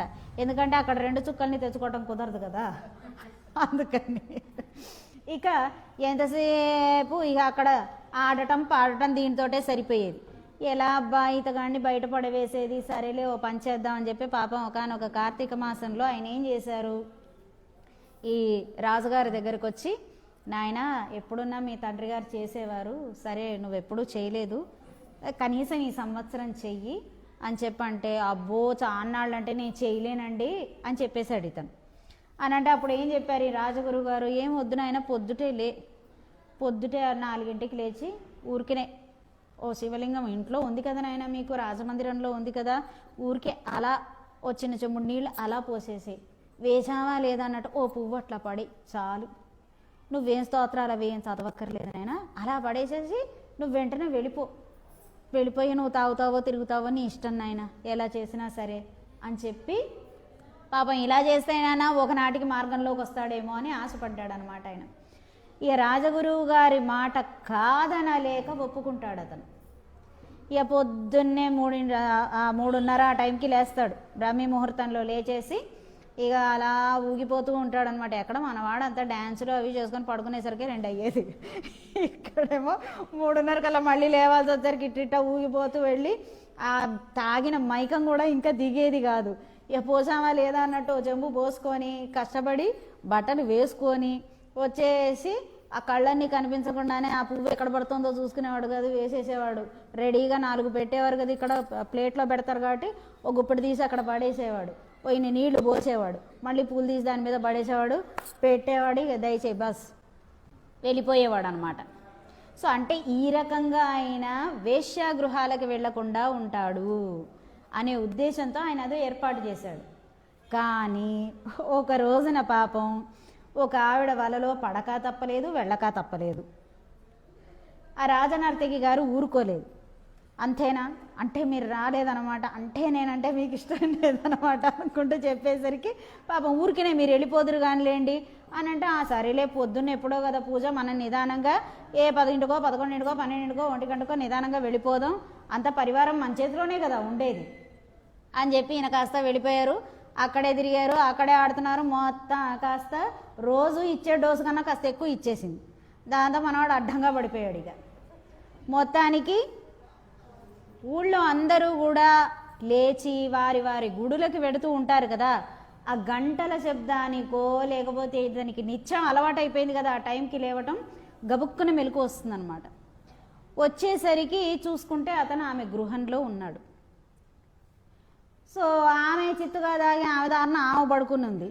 ఇక ఇతను కూర్చొని అయ్యో నేను ఇలా ఉన్నాను, సమయం దాటిపోతుంది. ఆయన చెప్తారు రాజగురువు గారు, ఒకవేళ నీ కంట్రోల్ తప్పి నువ్వు ఎక్కడికన్నా వెళ్ళిపోయినా కూడా నువ్వు స్నానం చేసావా లేదా అనేది కాదు, ఆ బ్రహ్మముహూర్తంలో ముందు స్వామికి అభిషేకం చేసి పుష్పం వేయడం కావాలి అని చెప్తారనమాట. కానీ అదే మాట ఈయనకి ఇప్పుడు గుర్తొస్తుంది. ఎలా టైం అయిపోయింది, ఎలా సమయం అయిపోయింది అని చెప్పి అక్కడ ఇక్కడ చూస్తాడు, ఏం కనిపించదు అనమాట. ఆ మంచానికి కట్టినటువంటి పూలన్నీ కూడా తీస్తాడు. ఇప్పుడు ఎక్కడికి వెళ్ళాలి అంటే అన్ని తలుపులు గడియలేసేసి ఉంటాయి. ఈమె చక్కగా అష్టదిగ్బంధనం చేసి పెట్టింది అక్కడ అతన్ని. అందుకని ఇతను కూర్చొని ఆ మైకంలో ఊగుతూనే ఉంటాడు, ఎక్కడికి వెళ్ళాలి అంటే. ఆమె వెల్లకిలా పడుకొని ఉంటే ఆమె వక్షోజమే అతనికి శివలింగంలా కనిపిస్తుంది. వెంటనే ఇతను వెళ్ళిపోయి అక్కడ కూర్చొని ఏం చేస్తాడు, గబగబా నీటితోనే అభిషేకం చేసి పువ్వులతోని ఇన్ని రోజులు ఏదో పాప ఆ గురువు కాస్త చెప్పాడు కదా, 4 పాఠాలు ఏవో చెప్పాడు కాబట్టి ఆ స్తోత్రం చదివి దండం పెడుతూ కూర్చుంటాడు అనమాట. ఆమె ఒకేసారి లేచి సిగ్గుపడుతుంది అనమాట. చీ ఇదాని ఆ జీవితం అని అనిపిస్తుంది అనమాట. ఒక మాంసపు ఖండంలో పరమశివుణ్ణి చూశాడా ఇతను, తపోసంపన్నుణ్ణి చూశాడా ఈ దేహంలో? ఒక మాంసఖండంలో తపోసంపన్నుడైనటువంటి శివుడెక్కడా, ఇతన్ని వలలో పడేసుకోవాలి అనుకునేటటువంటి నేనెక్కడా? అది అంటే ఆచార్యుడి మాట విన్నప్పుడు ఏమవుతుందండి, కష్టమో నష్టమో దాన్ని ఆచరిస్తూ ఉన్నప్పుడు ఖచ్చితంగా ఒక రోజున భగవంతుడే మార్గంలోకి లాక్కుంటాడనమాట. అది అంటే ఇప్పుడు అతనికి ఏంటండి, పేపు పెಣ್ಣేలాగా ఒక పిచ్చి. ఏం పిచ్చి అండి, ఆమె ఏంటి, ఎవరు, ఆమె ఎటువంటి భాగాన్ని చూస్తున్నాడు అనేటటువంటిది అతనికి ఆలోచనే లేదు. కేవలం శివునికి అక్కడ అభిషేకం చేయాలి, పుష్పం సమర్పించాలి, అదొక్కటే పిచ్చి అనమాట అతనికి. ఇటువంటి పిచ్చి ఎప్పుడైనా కూడా లోకానికి మంచి చేస్తుంది, మనకి మంచి చేస్తుందట. అది చెబుతున్నారన్నమాట. అలాగే మన బద్రీనాథ్ క్షేత్రం విషయంలో, మధుర మీనాక్షి ఆలయం విషయంలో ఆదిశంకరాచార్యుల వారికి ఉన్నది ఏంటండి, ఈ పిచ్చే అన్నమాట ఉన్నది. ఆయన తపస్సునంతటినీ కూడా హోల్ అండ్ సోల్గా ధారబోసేసింది 2 చోట్ల. ఒకటి మధుర మీనాక్షి ఆలయం దగ్గర, ఇంకొకటి బద్రీనాథ్ క్షేత్రానికి. తపస్సుని ధారబోసేసిన తర్వాత మనకన్నా హీనుడండి ఒక రకంగా చెప్పాలంటే, అంతే కదా, కామన్ మ్యాన్ అయిపోతారు కదా ఎవరైనా. తపస్సునంతా ఇచ్చేసిన తర్వాత దానికి కూడా సిద్ధపడ్డారంటే మన దగ్గర ఎంత త్యాగధనులు ఉన్నారు చూడండి, ఎంత గొప్ప మార్గదర్శకులు ఉన్నారు చూడండి కదా. మధుర మీనాక్షి అమ్మవారిది అబ్బో చాలా పెద్ద కథ. ఆవిడ తామసురాలు అయిపోయి అందరినీ, అంటే యంత్రం అనేటటువంటిది చాలా పవర్ఫుల్ అయ్యేసరికి ఈ కలియుగానికి సరిపోవట్లేదు, ఆ బలం సరిపోవట్లేదు. మొత్తం అందరినీ బయటకు వచ్చి నోట్లోకి వేసేసుకునేదనమాట ఆవిడ. ఆదిశంకరాచార్యుల వారు వెళ్ళి ఆవిడతో కూర్చొని మాట్లాడి మొత్తం అంతా కూడా అక్కడ రామ్మ మనం ఇద్దరం ఆడదామని చెప్పి చెబుతూ మొత్తానికి అక్కడ ఒక చక్రం వేసి ఆవిడని అక్కడ కూర్చోబెట్టారు. అప్పుడు కదా మధుర మీనాక్షి ఆలయం అనేటటువంటిది మొత్తానికి. అంతకుముందు ఈ శివాలయాలకి అఫ్కోర్స్ ఆగమంలో అందుకనే అదే చెప్పారు, వైష్ణవాలయాలు తెరిచిన తర్వాతే శివాలయాలు తెరుస్తారు. రీజన్స్ కూడా చాలా ఉన్నాయి వాటికి. అయితే తెరవాల్సిన టైం కన్నా కూడా ఆలస్యంగా తెరిచేవారు అనమాట ఈ ఆలయాలు, శక్తి ఆలయాలన్నీ కూడా. ఎందుకుని అని అంటే ఆవిడ మొత్తం బాగా వెలుతురొచ్చేదాకా కూడా తామసంగా ఉండేవారట. కొంచెం ఇప్పుడు వైష్ణవాలయం తెరిచిన కొద్దిసేపటికే శివాలయం మళ్ళీ ఆగమం ప్రకారం తెలవగలుగుతున్నారు అని అంటే ఓన్లీ బికాజ్ ఆఫ్ ఆదిశంకరాచార్య. బద్రీనాథుని విషయంలో కూడా అంతే కదండి. వీళ్ళంతా కూడా అసలైతే ఆయన ఎక్కడైనా బద్రీనాథుడు ఎక్కడి నుంచి వచ్చేసారు, ఆయన టిబెట్ అవతల నుంచి నేను ఇక్కడ ఉండను అని చెప్పి మొత్తం బయటికి వచ్చేసారనమాట. ఆలయంలో ఇక్కడి నుంచి ఈ రోజుకి చూడొచ్చు, అక్కడి దాకా స్వామిని చూడాలి అని అంటే మొత్తం రూపాన్ని అంతా చూడాలి అంటే 3 అంతస్తులు, ఒక అంతస్తులో కొంత భాగం, ఒక అంతస్తులో కొంత, ఇంకో అంతస్తులో కొంత భాగం చూసేవారట.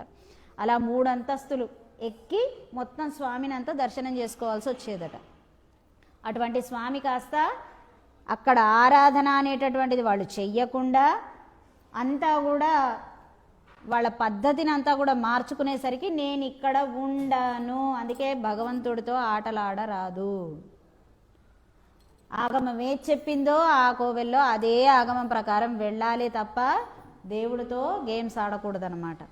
వాళ్ళకి ఎన్నిసార్లు చెప్పినా సరే వాళ్ళు ఏం చేసేవాళ్ళు, ఆగమం ప్రకారం కాకుండా వాళ్ళకి నచ్చిన రీతిలో అక్కడ బౌద్ధాన్ని ఆచరిస్తూ ఏదో చేసేస్తూ ఉండేవాళ్ళు. అందుకనే ఒకానొక సమయంలో స్వామి ఏం చేశాడండి, నేను ఉండను అని వాళ్ళకి 100 సార్లు స్వామి ఇంటిమేట్ చేస్తూనే ఉన్నారు. కానీ వాళ్ళు వినిపించుకోపోయేసరికి ఏం చేశారు, ఒకానొక రోజున అందులోంచి బయటికి తోసుకొని వచ్చారనమాట. ఈ రోజుకి ఆ శిథిల దేవాలయాలను అక్కడ మనం వీక్షించవచ్చు, చక్కగా కనిపిస్తాయి.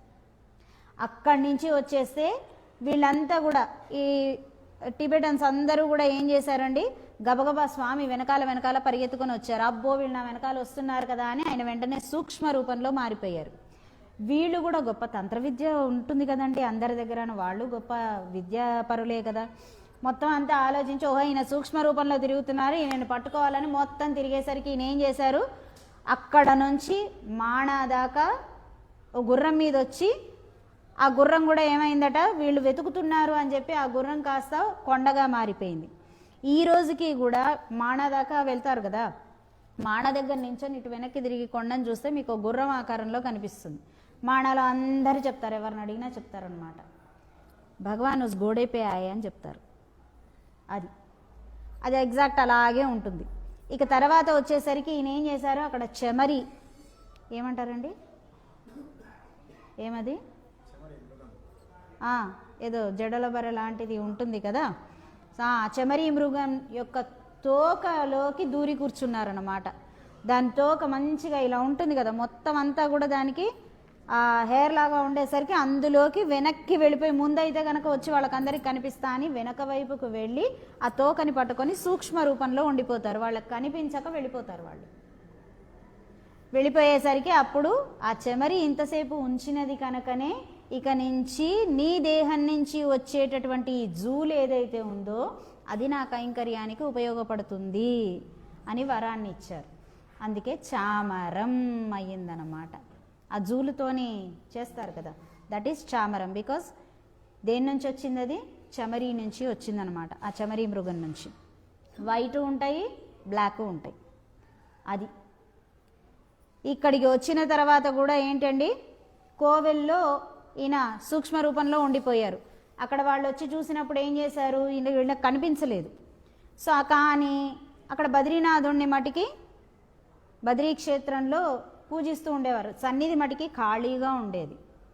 ఖాళీగా సన్నిధి ఉంటే ఎప్పటికైనా ప్రమాదమే, వాళ్ళు ఆక్రమించే అవకాశాలు ఉంటాయి అని చెప్పి ఈయన మొత్తం అంతా కూడా ఏమంటారు, క్షమించాలి, అది సన్నిధి ఖాళీగా ఉండే కన్నా ముందు బద్రీనాథుడు వచ్చి ఆ సన్నిధిలో ఉండిపోయారు. వీళ్ళు మొత్తానికి వచ్చి చూశారు. చూసినప్పుడు లోపల ఉన్నటువంటి పెరుమాళ్ళు మొత్తం సాలిగ్రామమూర్తి. వీళ్ళు ఏం చేశారు, రా స్వామి మనతోట్రా, వెళ్ళిపోదాం మన ఇంటికి మనం అని చెప్తే నేను రానని చెప్పారనమాట. ఈయన ఓయ్ మాకు దక్కని స్వామి మీకు దక్కడానికి వీల్లేదని ఆయన తీసి లోయలోకి ఎత్తిపడేశారు. అంతే, చేతులు దులుపుకున్నారు, వాళ్ళ దారిని వెళ్ళిపోయారనమాట. ఆ తర్వాత సన్నిధిని ఖాళీగానే ఉంచి పూజించేవారు. ఒకసారి ఆదిశంకరాచార్యుల వారు అక్కడికి వెళ్ళినప్పుడు ఆ ఖాళీ సన్నిధిని చూసి ఏమిటిది ఇలా ఉంది అని అంటే, ఇలా జరిగిందని చెప్తే, ఖాళీ సన్నిధి ఎప్పటికైనా ప్రమాదమే అని చెప్పి తన తపస్సునంతా ధారపోసి అక్కడ నారద కుండు ఉంది కదా, చూసే ఉంటారు కదా, ఆ నారద కుండు దగ్గర పక్కనే ఏమంటారండి ఆ వేడి నీళ్ళది, తప్తకుండు. ఆ తప్తకుండులోకి ఈయన మునిగారన్నమాట. అలా మునిగినప్పుడు ఒకసారి తీసినప్పుడేమో 4 చేతులు వచ్చాయి, కానీ ఒకటి కొంచెం బ్రేక్ ఇచ్చిందట. అయ్యో అని చెప్పి ఈయన పాపం పక్కన పెట్టుకుని ఉంటే బాగుండేది, అందులోకి వదిలేసి మళ్ళీ మునిగారు. ఈసారి 3 చేతులే వచ్చాయి. అయ్యో 3 చేతులు వచ్చాయంటని మళ్ళీ మునిగారు. ఈసారి 2 చేతులే వచ్చాయి. అప్పుడు స్వామి చెప్పారు, ఇహ నన్ను అందులోకి పడేయద్దు, మళ్ళీ నేను తిరిగి రాను అని చెప్పారనమాట. నేను ఇప్పుడు ఈ కలియుగంలో ఇంతే ఉంటా, మిగతా 2 చేతులు కనపడవు అని చెప్పారనమాట. కానీ ఈ 2 చేతుల్లో కూడా పాపం స్వామికి ఒకటి కొంచెం చిన్న ఇబ్బంది కలిగి ఉంటుంది. అయ్యో ఎలాగా అని ఆలోచిస్తారు ఆదిశంకరాచార్యుల వారు. సాలగ్రామమూర్తికి బ్రేక్ వచ్చినా తప్పు ఉండదు, అందుకని మళ్ళీ తీసుకెళ్ళి దాన్నే ప్రతిష్ఠ చేస్తారు. మామూలు శిలకైతే ఏం చేస్తారండి, పనికిరాదు. కానీ సాలగ్రామం అలా కాదు, ఎలా ఉన్నా అది పవిత్రమే అన్నమాట. అందుకని తీసుకువెళ్ళి దానిని ప్రతిష్ఠ చేస్తారు. తమ తపస్సునంతటినీ కూడా ధారపోసినది ఇటువంటి చోట్ల అన్నమాట. అది ఇక చెబుతున్నారనమాట. పేపెండ అంత పిచ్చి ఏమిటండి, శక్తినంతా ధారపోసి తపస్సునంతా ధారపోయటం అంటే మాటలా చెప్పండి, అదో పిచ్చి. తర్వాత తరాల వాళ్ళకి మేలు జరగాలి అని పిచ్చి వాళ్ళందరూ, శంకరాచార్యుల వారు, మధ్వాచార్యులు, రామానుజుల వారు, వీళ్ళందరూ తతిమా ఆచార్యులందరూ కూడా పిచ్చి పట్టినట్టుగా పిచ్చివాళ్ళలాగా తిరిగారనమాట. పేపెండే ఎవరి మీదండి ఆ పిచ్చి అంతా కూడాను, భగవంతుడి మీద, తర్వాత వచ్చే తరాలకి జరగాల్సినటువంటి మంచి మీద పిచ్చి అన్నమాట. అది ఇక చెబుతున్నారు. దీన్నే దాసాను దాసన్ ప్రక్రియ అని అంటారనమాట. కాశుం పిరప్పుం కలగలప్పకై పేర్త్. ఇక చిన్న కాసుల పేర ఉన్నదట. ఈ చిన్న కాసుల పేర్లు ఏమేమి ఉన్నాయండి, పిరప్పం అని అంటే ఒక గొలుసు, ఆ గొలుసుకి ఏముంటుంది, చిన్న చిన్నవి మామిడి పిందెలు ఉంటాయి. మహారాష్ట్రలో కూడా ఎక్కువ వేస్తారు ఇట్లాంటివి. ఈ చిన్న చిన్న మామిడి పిందెలు ఉన్నాయట, చిన్న చిన్న కాసులు ఉన్నాయట. ఈ కాసుల పేరు వేసుకొని ఇక చేతులకంతా నిండుగా గాజులుండి ఇవన్నీ తెగ చప్పుడవుతున్నాయట. మెళ్ళో ఉన్న కాసుల పేర్లు, తర్వాత ఈ చేతికున్నటువంటి గాజులు చప్పుడవుతున్నాయి. ఎందుకట వాసనరుం కుశలాయిచియర్, నీకు చప్పుడు వినిపించలేదా? సరే పోనీ, వాసనరుం ఈ కొప్పు ఏదైతే ఉందో విడిబడిపోయి ఈ కొప్పులోంచి సుగంధ పరిమళాలు వస్తున్నాయి మీ ఇంట్లోంచి. గుమ్మం బయట ఉన్న మాకే ఆ పరిమళాలు తెలుస్తున్నాయి, నీకు అది తెలియటం లేదా? అంతమై మర్చిపోయావా స్వామి యొక్క నామంలో అని అడుగుతున్నారన్నమాట. అంటే ఇందులో కొప్పులోంచి సుగంధం ఎందుకు వచ్చిందండి? ఒకటి చక్కని తైలం వాడబట్టి, రెండవది ఏం జరుగుతోందండి, ఈ కొప్పు విడిపోయేసరికి ఏమైందట, కొప్పులో ఉన్న పూలన్నీ కూడా చిందరవందరగా పడిపోయాయట. పూలు ఎక్కడున్నాయి? కొప్పులో ఉన్నాయి, కొప్పు మీద కాదు.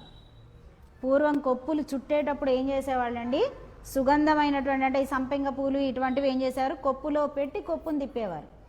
ఆ తర్వాత కొప్పు చుట్టూతా పూలు మళ్ళీ వేరే. అందుకని ఏమన్నారు, కొప్పులో పూలు పెట్టారని అంటారు తప్ప కొప్పు చుట్టూతా పూలు అని చెప్పరు.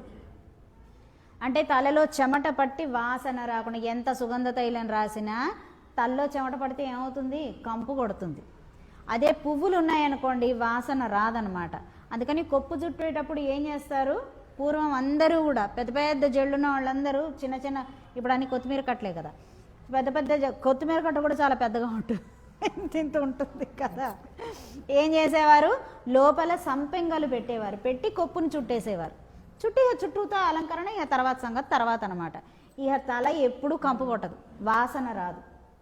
అది అయితే ఇంతకీ ఈ కొప్పులన్నీ ఎందుకు విడిపోయాయి? ఏమైనా యుద్ధం చేస్తున్నారు ఏంటి అక్కడ? ఆ తర్వాత ఈ చేతుల గాజులన్నీ గలగల గలగల ఎందుకు శబ్దం అవుతున్నాయట? మత్తినాలోసై పడుత్త తైరవం కేట్టిలయో. ఓ అమ్మాయి, నీ ఇంట్లోనే అక్కడ చక్కగా ఒక గది ఉన్నది కదా, ఆ గదిలోకి వెళ్ళి చాలామంది పడుచులందరూ కూడా ఏం చేస్తున్నారు, కవ్వంతో చిలుకుతున్నారు. ఎలా ఉందట పెరుగు, అంత గట్టిగా ఉన్నదట. ఇంత గట్టిగా ఉండేసరికి అసలు కవ్వం అందులోకి దించేటప్పుడే ధళ్ళని చప్పుడు వచ్చేదట. ఆ చప్పుడుకైనా మెలకు రావాలి కదా. ఇక వీళ్ళు బలంగా, అది కదలదే ఎంతకి, ఇక బలంగా ఇటు తిప్పి అటు, ఇవన్నీ కలల్లేండి, ఇప్పుడు కష్టం కదా. అది ఇలా ఉండేదా అని అనుకొని మనం కూడా అలాంటి రోజు రావాలి. ధర్మం అంటే మనం ఆచరిస్తే అది ఆటోమేటిక్గా ఇటువంటి రోజే వస్తుంది. ఇక వాళ్ళందరూ ఏం చేస్తున్నారండి, చాలా బలంగా కవ్వాన్ని తిప్పుతున్నారన్నమాట. ఎందుకంటే ఆ మాత్రం చెయ్యకపోతే పెరుగు కదలటంలే, లోపల ఎక్కడక్కడే అట్లా నిలిచిపోతూ ఉన్నదన్నమాట అది. సో అందుకని ఆ కవ్వానికి తాళ్ళు కట్టి ఇలా చేస్తుంటుంటే, బలంగా తిప్పుతుంటుంటే ఏమవుతుంది, ఈ లోపల ఆ పెరుగు తిరుగుతున్న చప్పుడు, ఈ కవ్వం కుండకి చక్ చక్ చక్ చక్ మనం కొట్టుకునే చప్పుడు, ఆ తర్వాత వీళ్ళు చాలా బలంగా తిప్పేసరికి ఈ గాజులు ఇక్కడి నుంచి ఇక్కడికి టకా టకా టకా టకా ఒకదానికి కొట్టుకొని ఒకటి చేసే చప్పుడు, అంత వేగంగా వచ్చేసరికి ఈ మెడలో ఉండేటటువంటి కాసుల పేర్లు ఒకదానికొకటి కొట్టుకుంటున్నాయి అన్నమాట. ఇక వాళ్ళ వేగానికి జుట్టు అంతా కూడా ఇట్లా ఊడి పడిపోతుంది. ఆ కొప్పుని మళ్ళీ సవరించుకోవడానికి ఏంటి, చకచక ఈ చేతితోటే వేసుకొని పక్కన నీళ్లలో ముంచేసి మళ్ళీ ఇలా తీసేస్తున్నారు అనమాట. అప్పుడు పూలన్నీ కూడా ఈ వెనకాల పడిపోయి ఉంటాయి కదా, అప్పుడు అందరి జుట్లు ఇలా ఊడిపోయినప్పుడు ఏమవుతుంది, అందులో ఉన్నటువంటి సుగంధ పరిమళాలన్నీ కూడా అసలు ఇంటి బయట నించున్న వాళ్ళ మాకే ఇంత మత్తుగా ఉంది, నీకు రావటం లేదా అంటే కృష్ణ నామస్మరణ అనే మత్తులో దిగిపోయేసరికి నీ మీద ఇవేం పనిచేయట్లేదా అమ్మాయి అని అడుగుతున్నారట. కేట్టిలయ్యో, ఓ అమ్మాయి ఆ పెరుగును తరిచే చప్పుడు, ఈ గాజుల చప్పుడు ఇవేం వినిపించటం లేదా, అమ్మో ఇంత ధ్యానం ఏంటమ్మా, అంత మైమరపేంటమ్మా, ఆ కృష్ణనామం అంటే అంత పిచ్చేంటమ్మా నీకు అని అడుగుతున్నారట. ఇక ఎందుకండి ఈ పెరుగు తరిచేటప్పుడు వీళ్ళు ఏం చేసేవారట, ఇంతకీను మళ్ళీ భగవంతుడి నామమే తలుస్తూ పెరుగుని చిలికేవారట. ఎందుకు అలా చెయ్యాలి? మజ్జిగలో ఎవరైనా పోసుకుంటున్నారా? కవ్వం ఎక్కడుందా? What are you talking?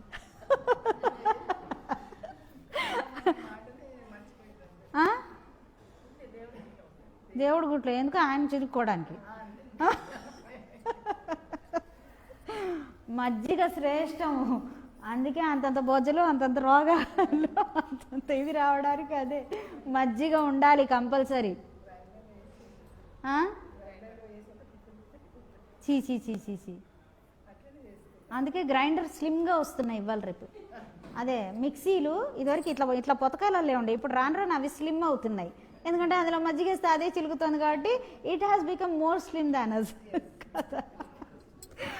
సరే, అయితే ఇక్కడ వీళ్ళు అది చిలికేటప్పుడు ఏంటండి, భగవన్నామ మా అదృష్టం అండి. ఎప్పుడు మా అత్తగారి వాళ్ళ ఇళ్లలోనూ మేము చూడగలిగాము, మా అమ్మమ్మ గారి వాళ్ళ ఇళ్లలోనూ చూడగలిగాం. ఆ కవ్వము, ఆ కుండ, ఇది వాళ్ళు చిలుగుతూ ఉండడము, ఓ చక్ చక్ చక్మని. అన్ని రోగాలు మనకే, అన్నీ చూస్తాం, ఏది చెయ్య పెట్టుకోవాలి. ఏడ పెడతారేంటి, ఇంట్లో పెట్టుకోవాలి. ఇంట్లో సొంత ఇల్లు ఉన్నప్పుడు పెట్టుకోవాలి, అద్దె కొంప అయితే ఏం చేయలేరు. కానీ సొంత ఇల్లు ఉన్నప్పుడు ఇంకేంటి, ఇంకెందుకు సొంత ఇల్లు, మనకి సొంత ఇల్లు ఉండడం అనవసరం కదా. సొంత ఇల్లు ఉంది అని అంటే మనం ఆచరించి 10 మందికి ఇది అని చూపించగలిగేటట్టుగా సొంత ఇల్లు ఉండాలి. అంతే తప్ప పైన వాటా వేసామా, పైన 4 వాటాలు వేసామా, ఆ పైన ఇంకో 10 వాటాలు వేసామా, ముందు గది అద్దెకిచ్చామా, వెనక గది అద్దెకిచ్చామా, ఒక పోర్షన్ ఉందంటే దాన్ని 10 భాగాలు చేసి బిట్లుగా దాని స్టూడెంట్స్కి అందరికీ ఇచ్చి బాగా సంపాదించామా. ఇందుకు కాదు కొంపు ఉండేది, తద్దినాలు పెట్టుకోవడానికి, ఇదిగో ఇటువంటివన్నీ మనం చేసుకోవటానికి, మంచి కార్యాలు ఆచరించడానికి, తర్వాత తరాన్ని దృఢంగా తయారు చేయటానికి. అందుకని ఇల్లు అది. సరే, అయితే వీళ్ళందరూ కూడా భగవన్నామ స్మరణతోని పాటలు పాడుకుంటూ చేస్తున్నారు. మనమైతే ఖాళీగా నిజం మైకుల్లో పాడేస్తున్నాం, కానీ వాళ్ళు తరుస్తూనే పాడేవారు. అయితే ఎందుకయ్యా వాళ్ళు అలా చేస్తున్నారంటే, పూర్వం యశోద వాళ్ళందరూ కూడా అలాగే చేశారట.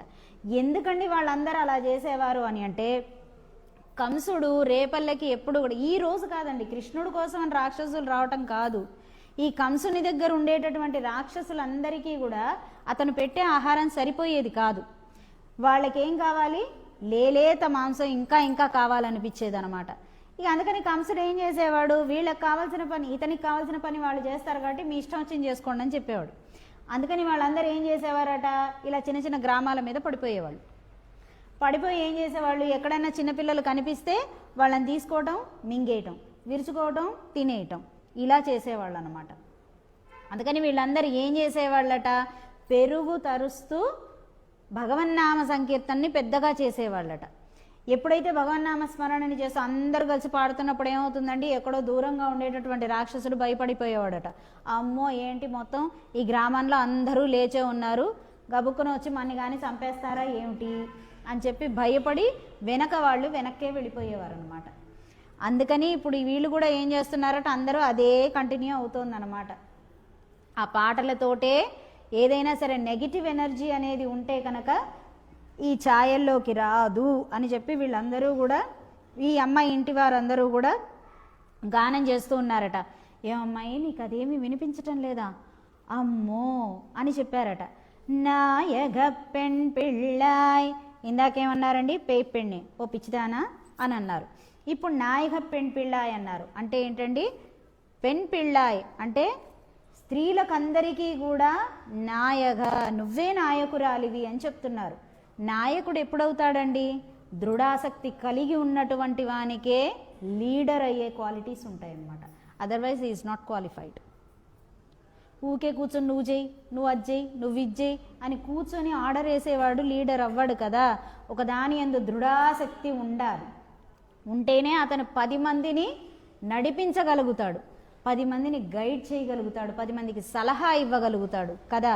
అందుకనే అమ్మవారు ఏమంటున్నారు, ఇటువంటి దృఢాసక్తి కలిగినటువంటి వారే మాకు నాయకురాలు అవ్వాలమ్మా, కనుక రా అని చెబుతున్నారనమాట. ఇప్పుడు అమ్మవారి వెనకాల ఉన్న వాళ్ళందరూ స్త్రీలేనా,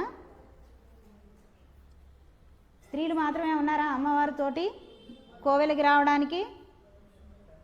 పురుషులు కూడా ఉన్నారు. కానీ అమ్మవారు వాళ్ళందరినీ ఏమని చెప్తున్నారు, స్త్రీలనే చెబుతున్నారు. ఎందుకని, ఎందుకంటే పరమాత్మ మాత్రమే పరమ పురుషోత్తముడు, తతిమా వారందరూ ఆయన దృష్టిలో స్త్రీలు మాత్రమే, అంతే. స్త్రీత్వంతోనే ఉంటుందన్నమాట, ఆత్మ ద్వారానే ఆయన చూస్తాడు కనుక అందరూ ఆయనకి స్త్రీలే అన్నమాట. అది అందుకని అమ్మవారు ఏమంటున్నారు, మాకందరికీ కూడా నువ్వే నాయకురాలు అవ్వాలి రామ్మ, నీలాంటి అమ్మాయి లేకుండా మేము ముందుకు ఎలా వెళ్ళిపోతాం, ఇప్పటిదాకా నాయకులు లేరనుకున్నాం కనుక నీవొచ్చి మమ్మల్ని చక్కగా నడిపించవచ్చు, ఎలా ధ్యానం చేయాలి, ఎలా స్మరణ చేయాలి, చుట్టూతా ఏది నడుస్తున్నా కూడా దాన్ని కృష్ణుని వైపుకే ఎలా నడిపించుకోవాలి అనేటటువంటిది నువ్వు మాకు నేర్పించాలి, మేము తొందరగా డిస్టర్బ్ అయిపోతూ ఉంటాం అని అమ్మవారు పిలుస్తున్నారు. నారాయణన్మూర్తి, ఓ నాయకురాలా, నీ నాయకత్వంలో మేమందరం కూడా ఏం చేయాలి, ఆ నారాయణుని స్మరణ చెయ్యాలి. కృష్ణుడు ఎవరండి, నారాయణుని అవతారం. రెండవది కృష్ణ అని అంటే ఎవరి నామం అండి, ఆది పురుషుని నామం. ఎవరండి ఆది పురుషుడు, వటపత్రశాయిని కృష్ణ అని అంటారనమాట. వటపత్రశాయి వేరు, కృష్ణావతారం వేరు. అలా అమ్మవారు ఏం చెప్పారు, కృష్ణ అంటే ఎవరు, నారాయణుడు, ఆనందాన్ని ఇచ్చేటటువంటి వాడు అని అర్థం అన్నమాట. కనుక ఆయనని తలుచుదామమ్మా. కృష్ణ అంటే నువ్వు మళ్ళీ డిస్టర్బ్ అవుతావేమో, అసలు మేము ఎవరిని అనుకుంటున్నామో నీకు తెలియాలి కదా. కనుక నారాయణన్మూర్తి కేశవనై పాడవం, ఆ కేశవుని యొక్క గానాన్ని కీర్తిద్దామమ్మా. కనుక నీవు బయటికి రావలసినది, మేఘాలనన్నింటినీ కూడా తన కేశాలుగా చేసుకున్నటువంటి వాడు, కేసి అనేటటువంటి రాక్షసుణ్ణి సంహరించినవాడు, అందుకని కేశవుడయ్యాడు. ఆ కేశవుణ్ణి మనం అందరం కూడా కీర్తిద్దామమ్మా. నువ్వు లేకుండా కీషు కీషు అంటూ ఆ కేశవుణ్ణి కీర్తించటం బాగోదు, మాకు సరిగా రాదు, కనుక నీ ఉండి మమ్మల్ని నడిపించాలి అని చెబుతున్నారు. నీ కేటే కిడత్తియో, ఏమ్మా ఇవేవి నీకు వినిపించటం లేదా? నీ ఇంటివారు కూడా తరుచుకుంటూ ఆ పెరుగును తరుస్తూ నామాన్ని చేస్తున్నారు కదా, నీకు వినిపించటం లేదా తల్లి అని చెబుతున్నారు. తేషముడయాయ్ తిడవు, ఓ గొప్ప తేజస్సు కలిగినటువంటి దానా, తిడవు తలుపుల్ని తెరువమ్మా, మేం కూడా నీ వాళ్ళమేనమ్మా, మేం కూడా కేశవుణ్ణి కీర్తించడానికే వచ్చాం, నారాయణుణ్ణి కీర్తించడానికే వచ్చాం. We are not here to disturb you, కనుక నువ్వు బయటికి రావాల్సిందమ్మా, వచ్చి మాతో పాటు కీర్తన చేయవలసినది అని ప్రార్థిస్తున్నారు. ఏలోర్ ఎంబావాయ్, ఏలోర్ ఎంపావాయ్, ఓ అమ్మాయి ఇంకా నీకు మా మనసులో మాట అర్థమైంది కదా, ఇంకా ఆలస్యం ఎందుకు తల్లి, బయటికి రావలసినది అని ఇక్కడ అమ్మవారు ప్రార్థిస్తున్నారు. ఇక్కడ కూడా అమ్మవారు 6 ఏమంటారు సోపానాలని మనకు అనుగ్రహిస్తూ ఉన్నారు. 6 steps to become a luminary. తేజోవంతులం, తేషముడయాయ్, ఆ అమ్మాయిలాగే మనమందరం కూడా తేజోవంతులం కావటానికి 6 సోపానాలని ఇస్తున్నారనమాట. ఏమిటది? కీసు కీసున్ రెంగుమానై చాత్తన్, భరద్వాజ పక్షుల్లాగా ఉండాలి. వాటికి ఉన్నటువంటి లక్షణాలు రెండిట్లో మీరు ఏదన్నా తీసుకోండి, ఏటినింత పక్షిని తీసుకున్నా లేదా అంటే జముడు కాకిని తీసుకున్నా సరే, ఏదో దాన్ని తీసుకోవాలి కదా, ఏది తీసుకోవడం మానేసే కన్నా రెండింటిని తీసుకుంటే మరీ మంచిది. కనుక వాటిని తీసుకొని వాటి యొక్క లక్షణాలని మనం అలవాటు చేసుకోవాలి, ఆ గుణాలని సుగుణాలని మనం అలవాటు చేసుకోవాలి, ఆ మార్గంలో స్టడీగా నిలబడి ఉండగలగాలి. పేయ్ పెన్నే, నిగూఢ ధ్యాస కలిగినటువంటి ఓ పిచ్చి పిల్ల అని అంటున్నారు. భగవంతుని విషయంలో, భగవత్ తత్వం విషయంలో, ధర్మాచరణ విషయంలో నిగూఢమైనటువంటి ఆసక్తి ఉండాలి. నాకు ఆచరించాలనే ఉంటుందండి, ధర్మమే చెయ్యాలి కదా అని అనటమును, ఏదైనా ప్రాబ్లం రాగానే వెనకడుగు వేయటం కాదు. ప్రాబ్లం రాకుండా ఉండదు, సమస్య అనేది వస్తూనే ఉంటుంది, కానీ సమస్యని ఎదుర్కోవాలి, అది నేర్చుకొని అక్కడ నిలబడాలని చెప్తున్నారు. ఇక తర్వాత 3వది కాసుంబిరప్పం కలగలప్ప, మామిడి పిందెల కాసుల పేరని చెప్తున్నారు. ఈ మామిడి పిందెలు ఎలా ఉంటాయండి? వగరు వగరుగా ఉంటాయి. ముందు చేదుగా ఉండవు, వగరుగా ఉంటాయి కదా, పుల్లగాను ఉండవు, తీయగాను ఉండవు. కానీ ఎలా ఉంటాయండి? సంపూర్ణంగా లేకుండా వగరు వగరుగా ఉంటాయి. మొదట్లో భగవన్నామం కూడా ఎలా ఉంటుందండి? కాస్త వగరు వగరుగా ఉంటుంది, నోరు తిరగదు, ఎన్నో తప్పులు, ఒకటి చదువుదాం అనుకుంటే ఒకటి చదువుతాం, ఒకటి చూస్తుంటుంటే ఇంకొకటి ఏదో వస్తుంది అక్కడ, అలా ఉంటుందన్నమాట. వాసనరుం కుశలాయ్ చియర్, కేశంలో పరిమళం అని చెప్పారు కదా, అంటే మస్తిష్కం నిండా, అంత తల నిండా కూడా ధర్మాచరణ యందు, భగవంతుని తత్వం యందు ఆసక్తి పెరిగినప్పుడు ఏమవుతుందండి? ఎప్పుడూ కూడా నీ ఆలోచనలు పరిమళాలు వెదజల్లుతాయి. ఆ ధర్మం అనేటటువంటి పరిమళాలను అన్ని చోట్ల వెదజల్లగలుగుతావు అన్నమాట. ఇక మత్తినాలోసై పడుత్తైరవం, వేద శాస్త్రాలను మొత్తం అంతా కూడా చిలికి చిలికి ఆచార్యుడు ఏం చేస్తాడండి? తేటగా మజ్జిగను తీసి మనకిస్తాడనమాట. అది చెబుతున్నారు. ఆచార్యుని సాంగత్యంలో మనం వాటిని తెలుసుకుంటాం. పెరుగు ఆరోగ్యానికి మంచిది కాదు కదా, మజ్జిగే కదా ఆరోగ్యానికి మంచిది. ఇక చెబుతున్నారు నారాయణన్ మూర్తి కేశవనై పాడవం. ఇప్పుడు ఆచార్యుల దగ్గర మొత్తం అంతా నీకు తెలుసుకున్న తర్వాత ఇప్పుడు వెనక్కి తిరిగి భగవంతుణ్ణి చూసి కీర్తించు. ఇంతసేపు నువ్వు చదివిన దానికి, ధ్యానం చేసిన దానికి, ఆచార్యుడు చెప్పిన తర్వాత పరమాత్ముణ్ణి చూసిన దానికి చాలా తేడా ఉంటుంది. ఒక్కసారి ఎవరితో అయినా సరే అర్ధపరమార్థాలను జాగ్రత్తగా చెప్పించుకున్న తర్వాత మొత్తం అంతా జాగ్రత్తగా ప్రతి అక్షరాన్ని సరిగ్గా పలకటం అనేది అలవాటైన తర్వాత పరమాత్మని అప్పుడు చూసి కీర్తిస్తే కళ్ళ నిండా ఇట్లా ధారాపాతంగా కారిపోతాయి. అట్లా ఎంతో మందిని చూసాం, వచ్చేస్తుంది ఇట్లా ధారాపాతగా. ఎందుకంటే అది చదువుతున్నప్పుడల్లా మొత్తం అంతా ప్రతి బిట్టు మనకు అక్కడ కనిపిస్తూనే ఉంటుందన్నమాట.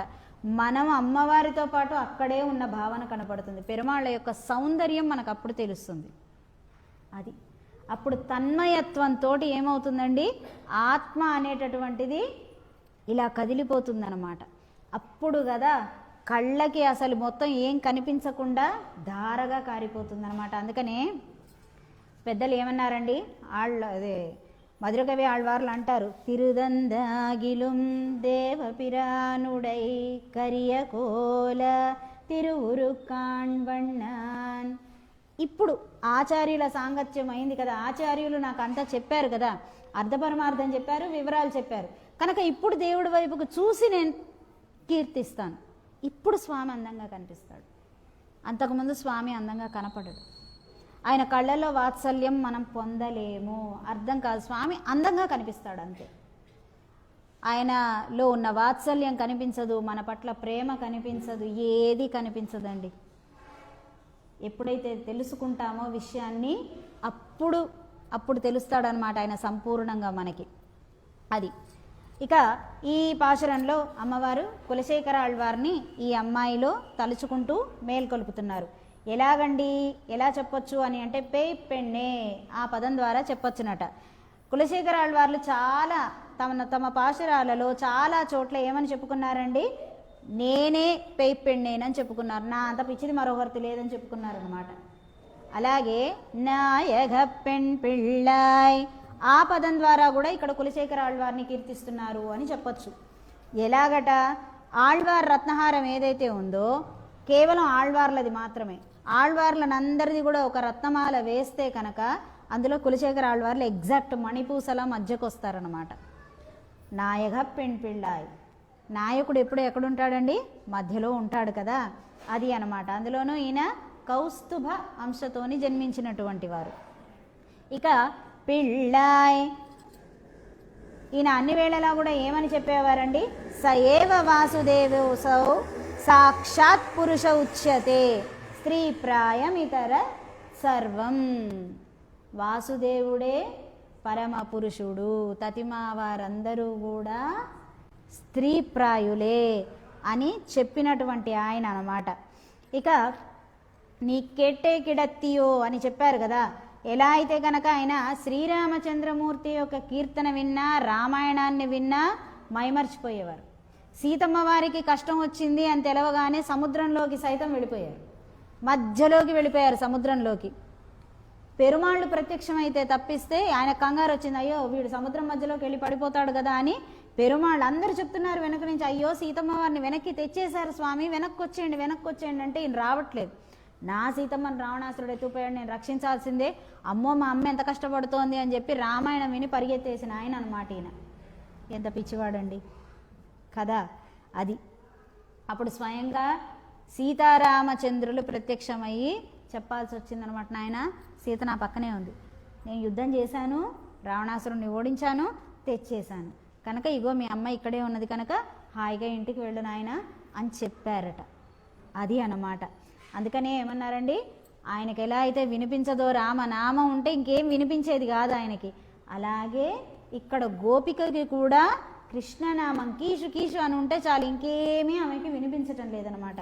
అలా ఈ పదాల ద్వారా అమ్మవారు ఇక్కడ స్వామిని కులశేఖర ఆళ్వార్ని ఈ అమ్మాయిలో చూసుకున్నారని చెప్పవచ్చును. ఇక ఈ రోజున అమ్మవారు మనని తీసుకువెళ్ళేటటువంటి దివ్య దేశం తిరుపుళ్ళం భూతంగుడి, అద్భుతమైనటువంటి దివ్య దేశం అండి. నారాయణన్మూర్తి అని అన్నారు కదా, ఆ పదం ద్వారా అమ్మవారు ఈ క్షేత్రాన్ని కీర్తిస్తున్నారని చెప్పవచ్చు. ఇక్కడ స్వామివారిని వల్విల్ రామర్ అని కీర్తిస్తారు, అమ్మవారిని హేమాంబుజవల్లి అని కీర్తించటం జరుగుతుంది. ఇక్కడ రాముల వారే వేంచేసి ఉంటారు. అయితే ఇక్కడ జరిగినది ఏమిటయా అని అంటే జటాయువుకి ఇక్కడ తిలోదకాలు ఇచ్చారన్నమాట. జటాయువుకి ఈయన మొత్తం కార్యక్రమం అంతా చేశారు కదా. శ్రీరామచంద్రుడు ఒక పక్షికి సైతం ఏమంటారంటే పితృకార్యం చేశారు. మనుషులం మనం చేయలేకపోతున్నాం, పితృకార్యాలు చేయటం లేదు, తద్దినాలు పెట్టట్లేదు. ఏమన్నా అంటే గుళ్ళోకి పోయి ఇచ్చినా అంటావు. నీ ఇల్లు ఉంది కదా, ఇల్లు కట్టుకున్నది ఎందుకు, వేదోకంప కదా, ఇల్లు కట్టుకున్నదే పితృకార్యాల కోసం. మీకు తెలిసిన ఇల్లు అద్దె తీసుకోకూడదు, మహాపాపం అది తెలుసా మీకు? గరుడ పురాణంలో చెప్తారు. భయంకరమైన పాపం అన్నమాట. ఇంట్లో ఒకళ్ళకి షెల్టర్ ఇచ్చి నువ్వు డబ్బు తీసుకోకూడదు. డబ్బు ఎందుకు తీసుకుంటున్నావు నువ్వు? ప్రతి నెల 4 తిథులు వస్తాయి. ఈ చతుర్దశి, అమావాస్య, ఇంకేవో వస్తాయి. అవి పితృకార్యాలకు కావాలన్నమాట. వాడు పిండం పెట్టాలి ఆ రోజున. ఇంటి యజమానిది ఇల్లు అయినప్పుడు వాళ్ళ పితృదేవతలు వచ్చేస్తారు. వీడు పిండం పెట్టినప్పుడు ఏమవుతుంది? వాళ్ళ పితృదేవతలు వస్తారు కనుక ఈ ప్లేస్ మాదండి అని చెప్పుకోవడానికి వారికి కొంత ధనం ఇస్తారనమాట. ప్రతి నెల రావడం, మళ్ళీ ఆ నెలలో కానీ ఇతని తల్లిదో తండ్రిదో తాతదో ఎవరిదో తద్దినం ఉంటే పెట్టుకోవాలి కదా. అందుకని నెల ఊరికే ఏం తీసుకుంటానులే అని చెప్పి ఇంత అని అద్దె పెట్టడం జరిగింది తప్ప వాడికి షెల్టర్ ఇస్తున్నందుకు కాదు. ఎచ్చెళ్ళాలంటే ఎలా ఎచ్చెళ్తామండి? ధర్మం నిలబడాలి అని అంటే ఎలా నిలబడుతుందండి? మనం వాగిన వాళ్ళని రోడ్ల మీద వాగినట్టే ఉంటాం. ధర్మం నిలబడాలి అని అంటే చెట్టు మంచిగా పుష్పించాలి, ఫలించాలి అని అంటే పైన నీరు పోస్తే వస్తాయా? నీరు ఎక్కడ పడాలి? ఎరువు ఎక్కడ పడాలి? బలంగా ఏది ఉండాలి? రూట్స్ ఉండాలి. ఆ తర్వాత నిదానంగా దాని కాండము అవి ఇవి అన్నీ గట్టి పడితే అప్పుడు పళ్ళు, ఫలాలు, పువ్వులు అన్నీ కూడా బలంగా వస్తాయి. నువ్వు అసలైన దాన్ని వదిలేసేసి అబ్బో ఇది జరగాలి, అబ్బో ఇది జరగాలంటే జరగదు. చూస్తూ ఉండండి. నువ్వు ఎంతైనా ఏడుపే తప్ప ఎక్కడో కొంతమంది ధర్మాత్ములు చేసే వాటి వల్ల కొన్ని సక్సెస్ అవుతాయి తప్ప ఎప్పటికీ ఇలా ఇబ్బందులు పడుతూనే ఉండాల్సి వస్తుంది. పితృకార్యాలు చెయ్యాలి. నువ్వు అద్దె ఇస్తున్నది అందుకే, వాడు అద్దె తీసుకుంటున్నది అందుకే. ఏ ఇంటి యజమానికి కూడా ఈ చావు మా ఇంట్లో జరగడానికి వీల్లేదని చెప్పే అధికారం వాడికి ఉండదు. మహాపాపం అన్నమాట అది. నువ్వు అద్దె ఎందుకు తీసుకుంటున్నావు? మరి అద్దె తీసుకునేదే అందుకు. తెలుసునా? మాకున్నది ఒకటే గేటు, ఈ గేట్లోంచి తీసుకెళ్ళడానికి వీల్లేదు. నువ్వెవడివి చెప్పడానికి? నువ్వు అద్దె ఇచ్చినప్పుడు, నువ్వు అద్దె తీసుకుంటున్నప్పుడే you are sharing the gate కదా. So you have no right to speak. అర్థమైందా?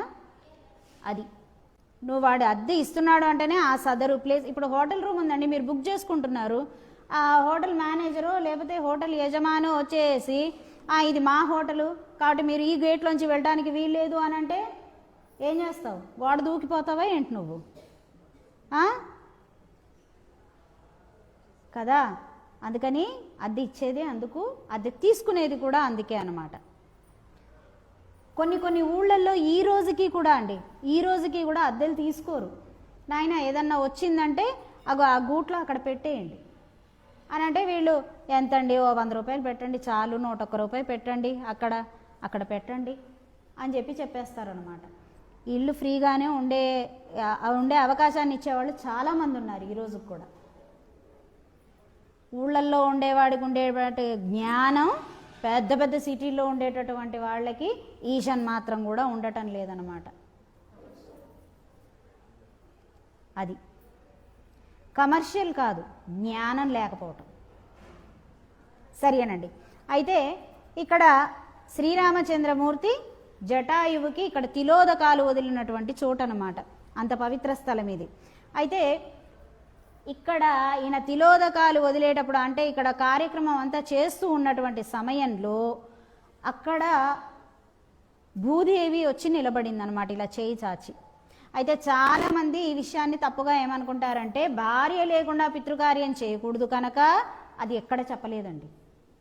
భార్య ఉంటేనే పితృకార్యం చేయాలి అని చెప్పలేదు. ఉంటే కోడలిగా తన ధర్మం అనమాట, లేకపోతే దాని పాపం అది అనుభవిస్తుంది. సరేనా? ఏ రావణాసురుడు ఎత్తుకుపోతే తప్ప తతిమా ఎప్పుడైనా సరే పితృకార్యాలకు అక్కడ ఉండాల్సిందే అనమాట. అది. అయితే ఇప్పుడు ఇక్కడ వచ్చేపాటికి ఏం జరిగింది? ఈవిడ ఇక్కడ లేరు, సీతమ్మ వారు ఇక్కడ లేరు, అక్కడ ఉన్నారు, లంకలో ఉన్నారు. అందుకని అది కాదు ఇక్కడ సమస్య. చాలామంది ఏమనుకుంటారంటే ఇక్కడ సీతమ్మ వారు లేరు కనుక పక్కన ధర్మపత్ని ఉండాలి కనుక అక్కడ భూదేవి సీతమ్మ వారి స్థానంలో వచ్చి నిలబడ్డారు అని అనుకుంటారు. కానీ కాదు. అసలైనటువంటి విషయం ఏంటి అని అంటే అది స్ట్రైట్గా భూమిదేవి కాదు, భూమి యొక్క ఛాయ అన్నమాట. ఆమెని ఛాయాదేవి అని అంటారన్నమాట. భూఛాయ ఆవిడ. ఎవరు తద్దినం పెట్టినా సరే ఆవిడ వచ్చి అక్కడ నిలబడతారు. నువ్వు శ్రద్ధగా పెట్టడం కావాలి. ఆవిడ తీసుకొని ఏం చేస్తారు, నదుల్లో ఉన్నటువంటి వాటికి, ఎందుకంటే మరి భూమి యొక్క బాధ్యతే కదా, తల్లి యొక్క బాధ్యత కదా బిడ్డలకు అందరికీ పెట్టడం. అందుకని నదుల్లో ఉన్నటువంటి జలచరాలకే కానీ, లేదా భూమి అడుగునున్నటువంటి చరములకే, జీవులకే కానీ ఈ పిండం యొక్క పదార్థాలను అక్కడ ఇస్తుందన్నమాట ఆహారంగా. అది అందుకని మనం ఏం చేస్తామండి, ఈ రోజుకి కూడా అమ్మవారు ఉన్నారు అని భావించి ఏం చేస్తాము, భావించటం ఏంటి, ఆవిడ అక్కడ ఉంటారు. అందుకని ఏం చెప్తారు, నీటిలో కలుపు. ఎందుకంటే అమ్మే వచ్చి తీసుకోవచ్చు అంటే నువ్వు రావడంత శక్తివంతుడివా ముందది చెప్పు. ఆవిడ అక్కడ నిలబడ్డా నువ్వు చేతిలో పెట్టేటంత నీకు లేదు కదా, మరి ఏం చేద్దాం. ఆవిడ నించునే ఉంటుంది, నువ్వేమో ఇలా చూస్తూనే ఉంటావు అనమాట. అందుకని ఏం చెప్పారు, వెళ్ళి చెరువులో కలుపు. ఆవిడ ఎక్కడున్నా సరే ఇలా చేయి పట్టుకొని తీసుకువెళ్ళిపోతూనే ఉంటుందన్నమాట. ఆ చెరువులోకి వదలమంటారు, లేదా ఏం చేయమంటారు, భూమిని తవ్వి అందులోకి పెట్టమని చెప్తారనమాట. అది అయితే ఇక్కడ శ్రీరామచంద్రుడు ఇది చేసేటప్పుడు ఇలా వచ్చింది. ఇది ఈ రోజు నుంచి వస్తున్నది కాదండి, ఇది స్టార్ట్ చేసింది ఎవరు అని అంటే, అసలు ఈ సిస్టమ్, పితృకార్యాల సిస్టమ్ని మొదలుపెట్టింది ఎవరండి, శ్వేతవరాహ స్వామి.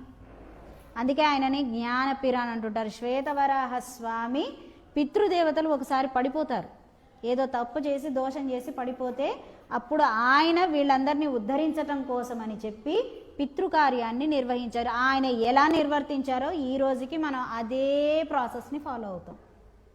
ఒక మాన్యువల్ పెట్టారనమాట, అంతే కదండి. ఏదైనా ఆఫీస్లోకి వెళ్ళాలన్నా, లేదా స్కూల్లో కాలేజ్లో వెళ్ళాలన్నా ముందు ఒక మాన్యువల్ ఉంటుంది కదా, ఎలా ఇంతకు ముందు వాళ్ళు ఎలా చేశారు అనేది సేమ్ అదే మాన్యువల్ ఫాలో అవుతాం అనమాట.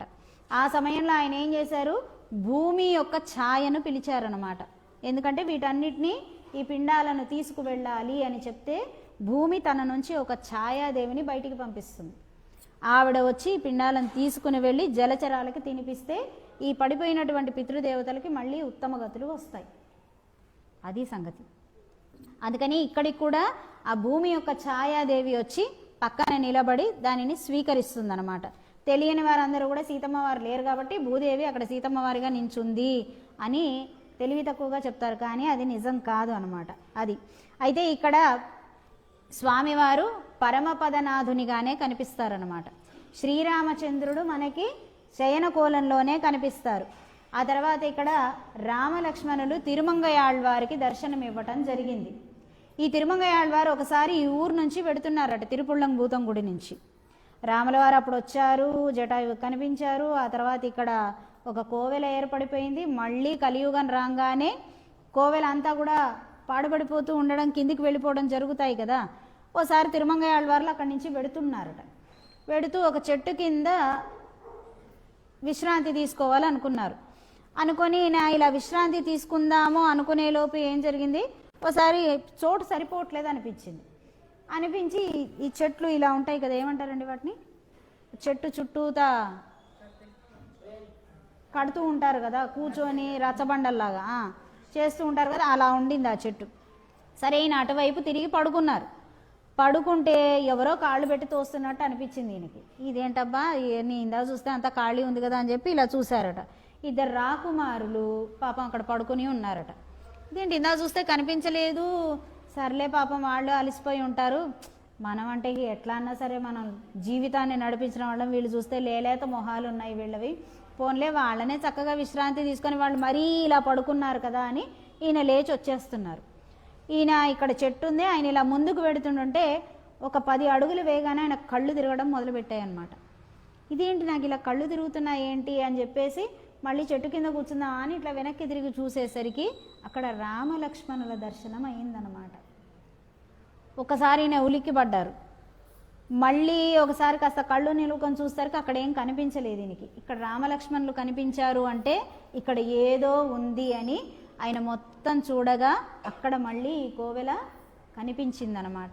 అలా ఈయన అందరికీ కూడా ఇక్కడ ఈ కోవెల ఉన్నది అని చెప్పి ప్రచారం చేశారు. అంత గొప్ప కోవెల అనమాట ఇది. ఇక ఎవరైనా సరే ఇప్పటిదాకా ఎవరైనా పితృకార్యాలలో దోషాలు చేసుకొని ఉంటే ఈ క్షేత్రానికి వెడితే ఇప్పటిదాకా జరిగిన దోషానికి కొంతవరకు పరిహారం జరుగుతుందన్నమాట. అది తిరుపుళ్ళం భూతం గుడి. సరే, ఇక్కడ శ్రీరామచంద్రుడు చతుర్భుజాలతోని ఉంటాడమ్మా, శంకు చక్రాలతోని ధనుర్బాణాలతోని దర్శనమిస్తారనమాట. అది అక్కడ ప్రార్థించగా అలా శంకు చక్రాలతోని దర్శనమిచ్చేటటువంటి చోటు అనమాట, విశేషమైనటువంటి చోటు. మన పితృకార్యాలు అనేటటువంటివి మనం సక్రమంగా ఆచరించాలి. వాటిని ఆచరిస్తేనే నీ ధర్మానికి ఒక బలం అనేది చేకూరుతుంది. మనం ఒకసారి స్వస్తివచనం చెప్పుకునే ముందు పాశురాన్ని అందరం కలిసి చెప్పుకుందాం. కీసు కీసెన్ రెంగుం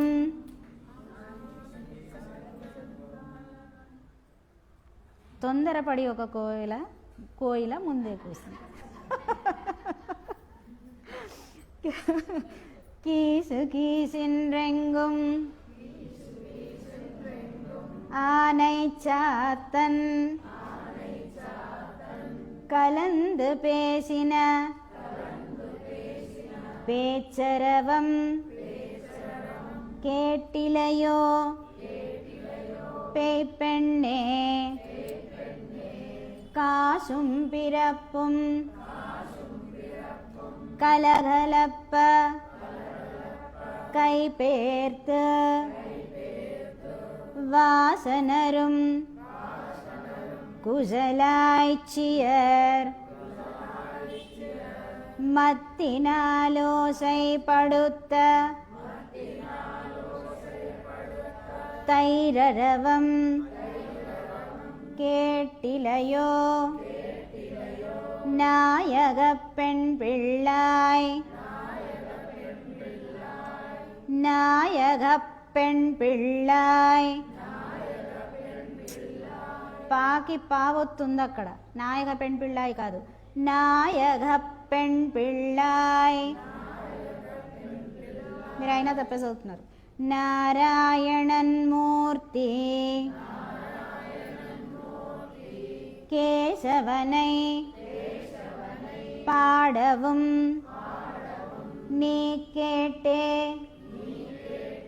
கிடத்தியோ தேசமுடையாய் திரு ఏలోర్ ఎంబావాయ్. అందరం కలిసి ఈ క్షేత్రానికి వెళ్ళినప్పుడు భగవానుడు ఈ పాశురాన్ని ఆయనకు సమర్పించుకునేటటువంటి భాగ్యాన్ని కలిగించాలని కోరుతూ ఒకసారి అమ్మవారితో పాటుగా స్వామివారికి ఈ పాశురాన్ని విన్నవించుకుందాం. கீசு கீசென் ரெங்குமானை சாத்தன் கலந்து பேசின பேச்சரவம் கேட்டிலையோ பேய்ப்பெண்ணே காசும் பிறப்பும் கலகலப்பக்கை பேர்த்து வாசனரும் குசலாய்ச்சியர் மத்தினாலோசை படுத்த தைரரவம் கேட்டிலையோ நாயக பெண் பிள்ளாய் நாராயணன் மூர்த்தி கேசவனை பாடவும் நீ கேட்டே கிடத்தியோ தேசமுடையாய் திழவேலோரெம்பாவாய். ஸ்வஸ்தி. ஆழ்வார் திவ்ய திருவடிகளே சரணம். எம்பெருமானார் திவ்ய திருவடிகளே சரணம். ஜீயர் திவ்ய திருவடிகளே சரணம். சர்வம் ஸ்ரீ கிருஷ்ணார்ப்பணமஸ்து. ஜெய் ஸ்ரீமன்னாராயண். ஜெய் மா பாரதி.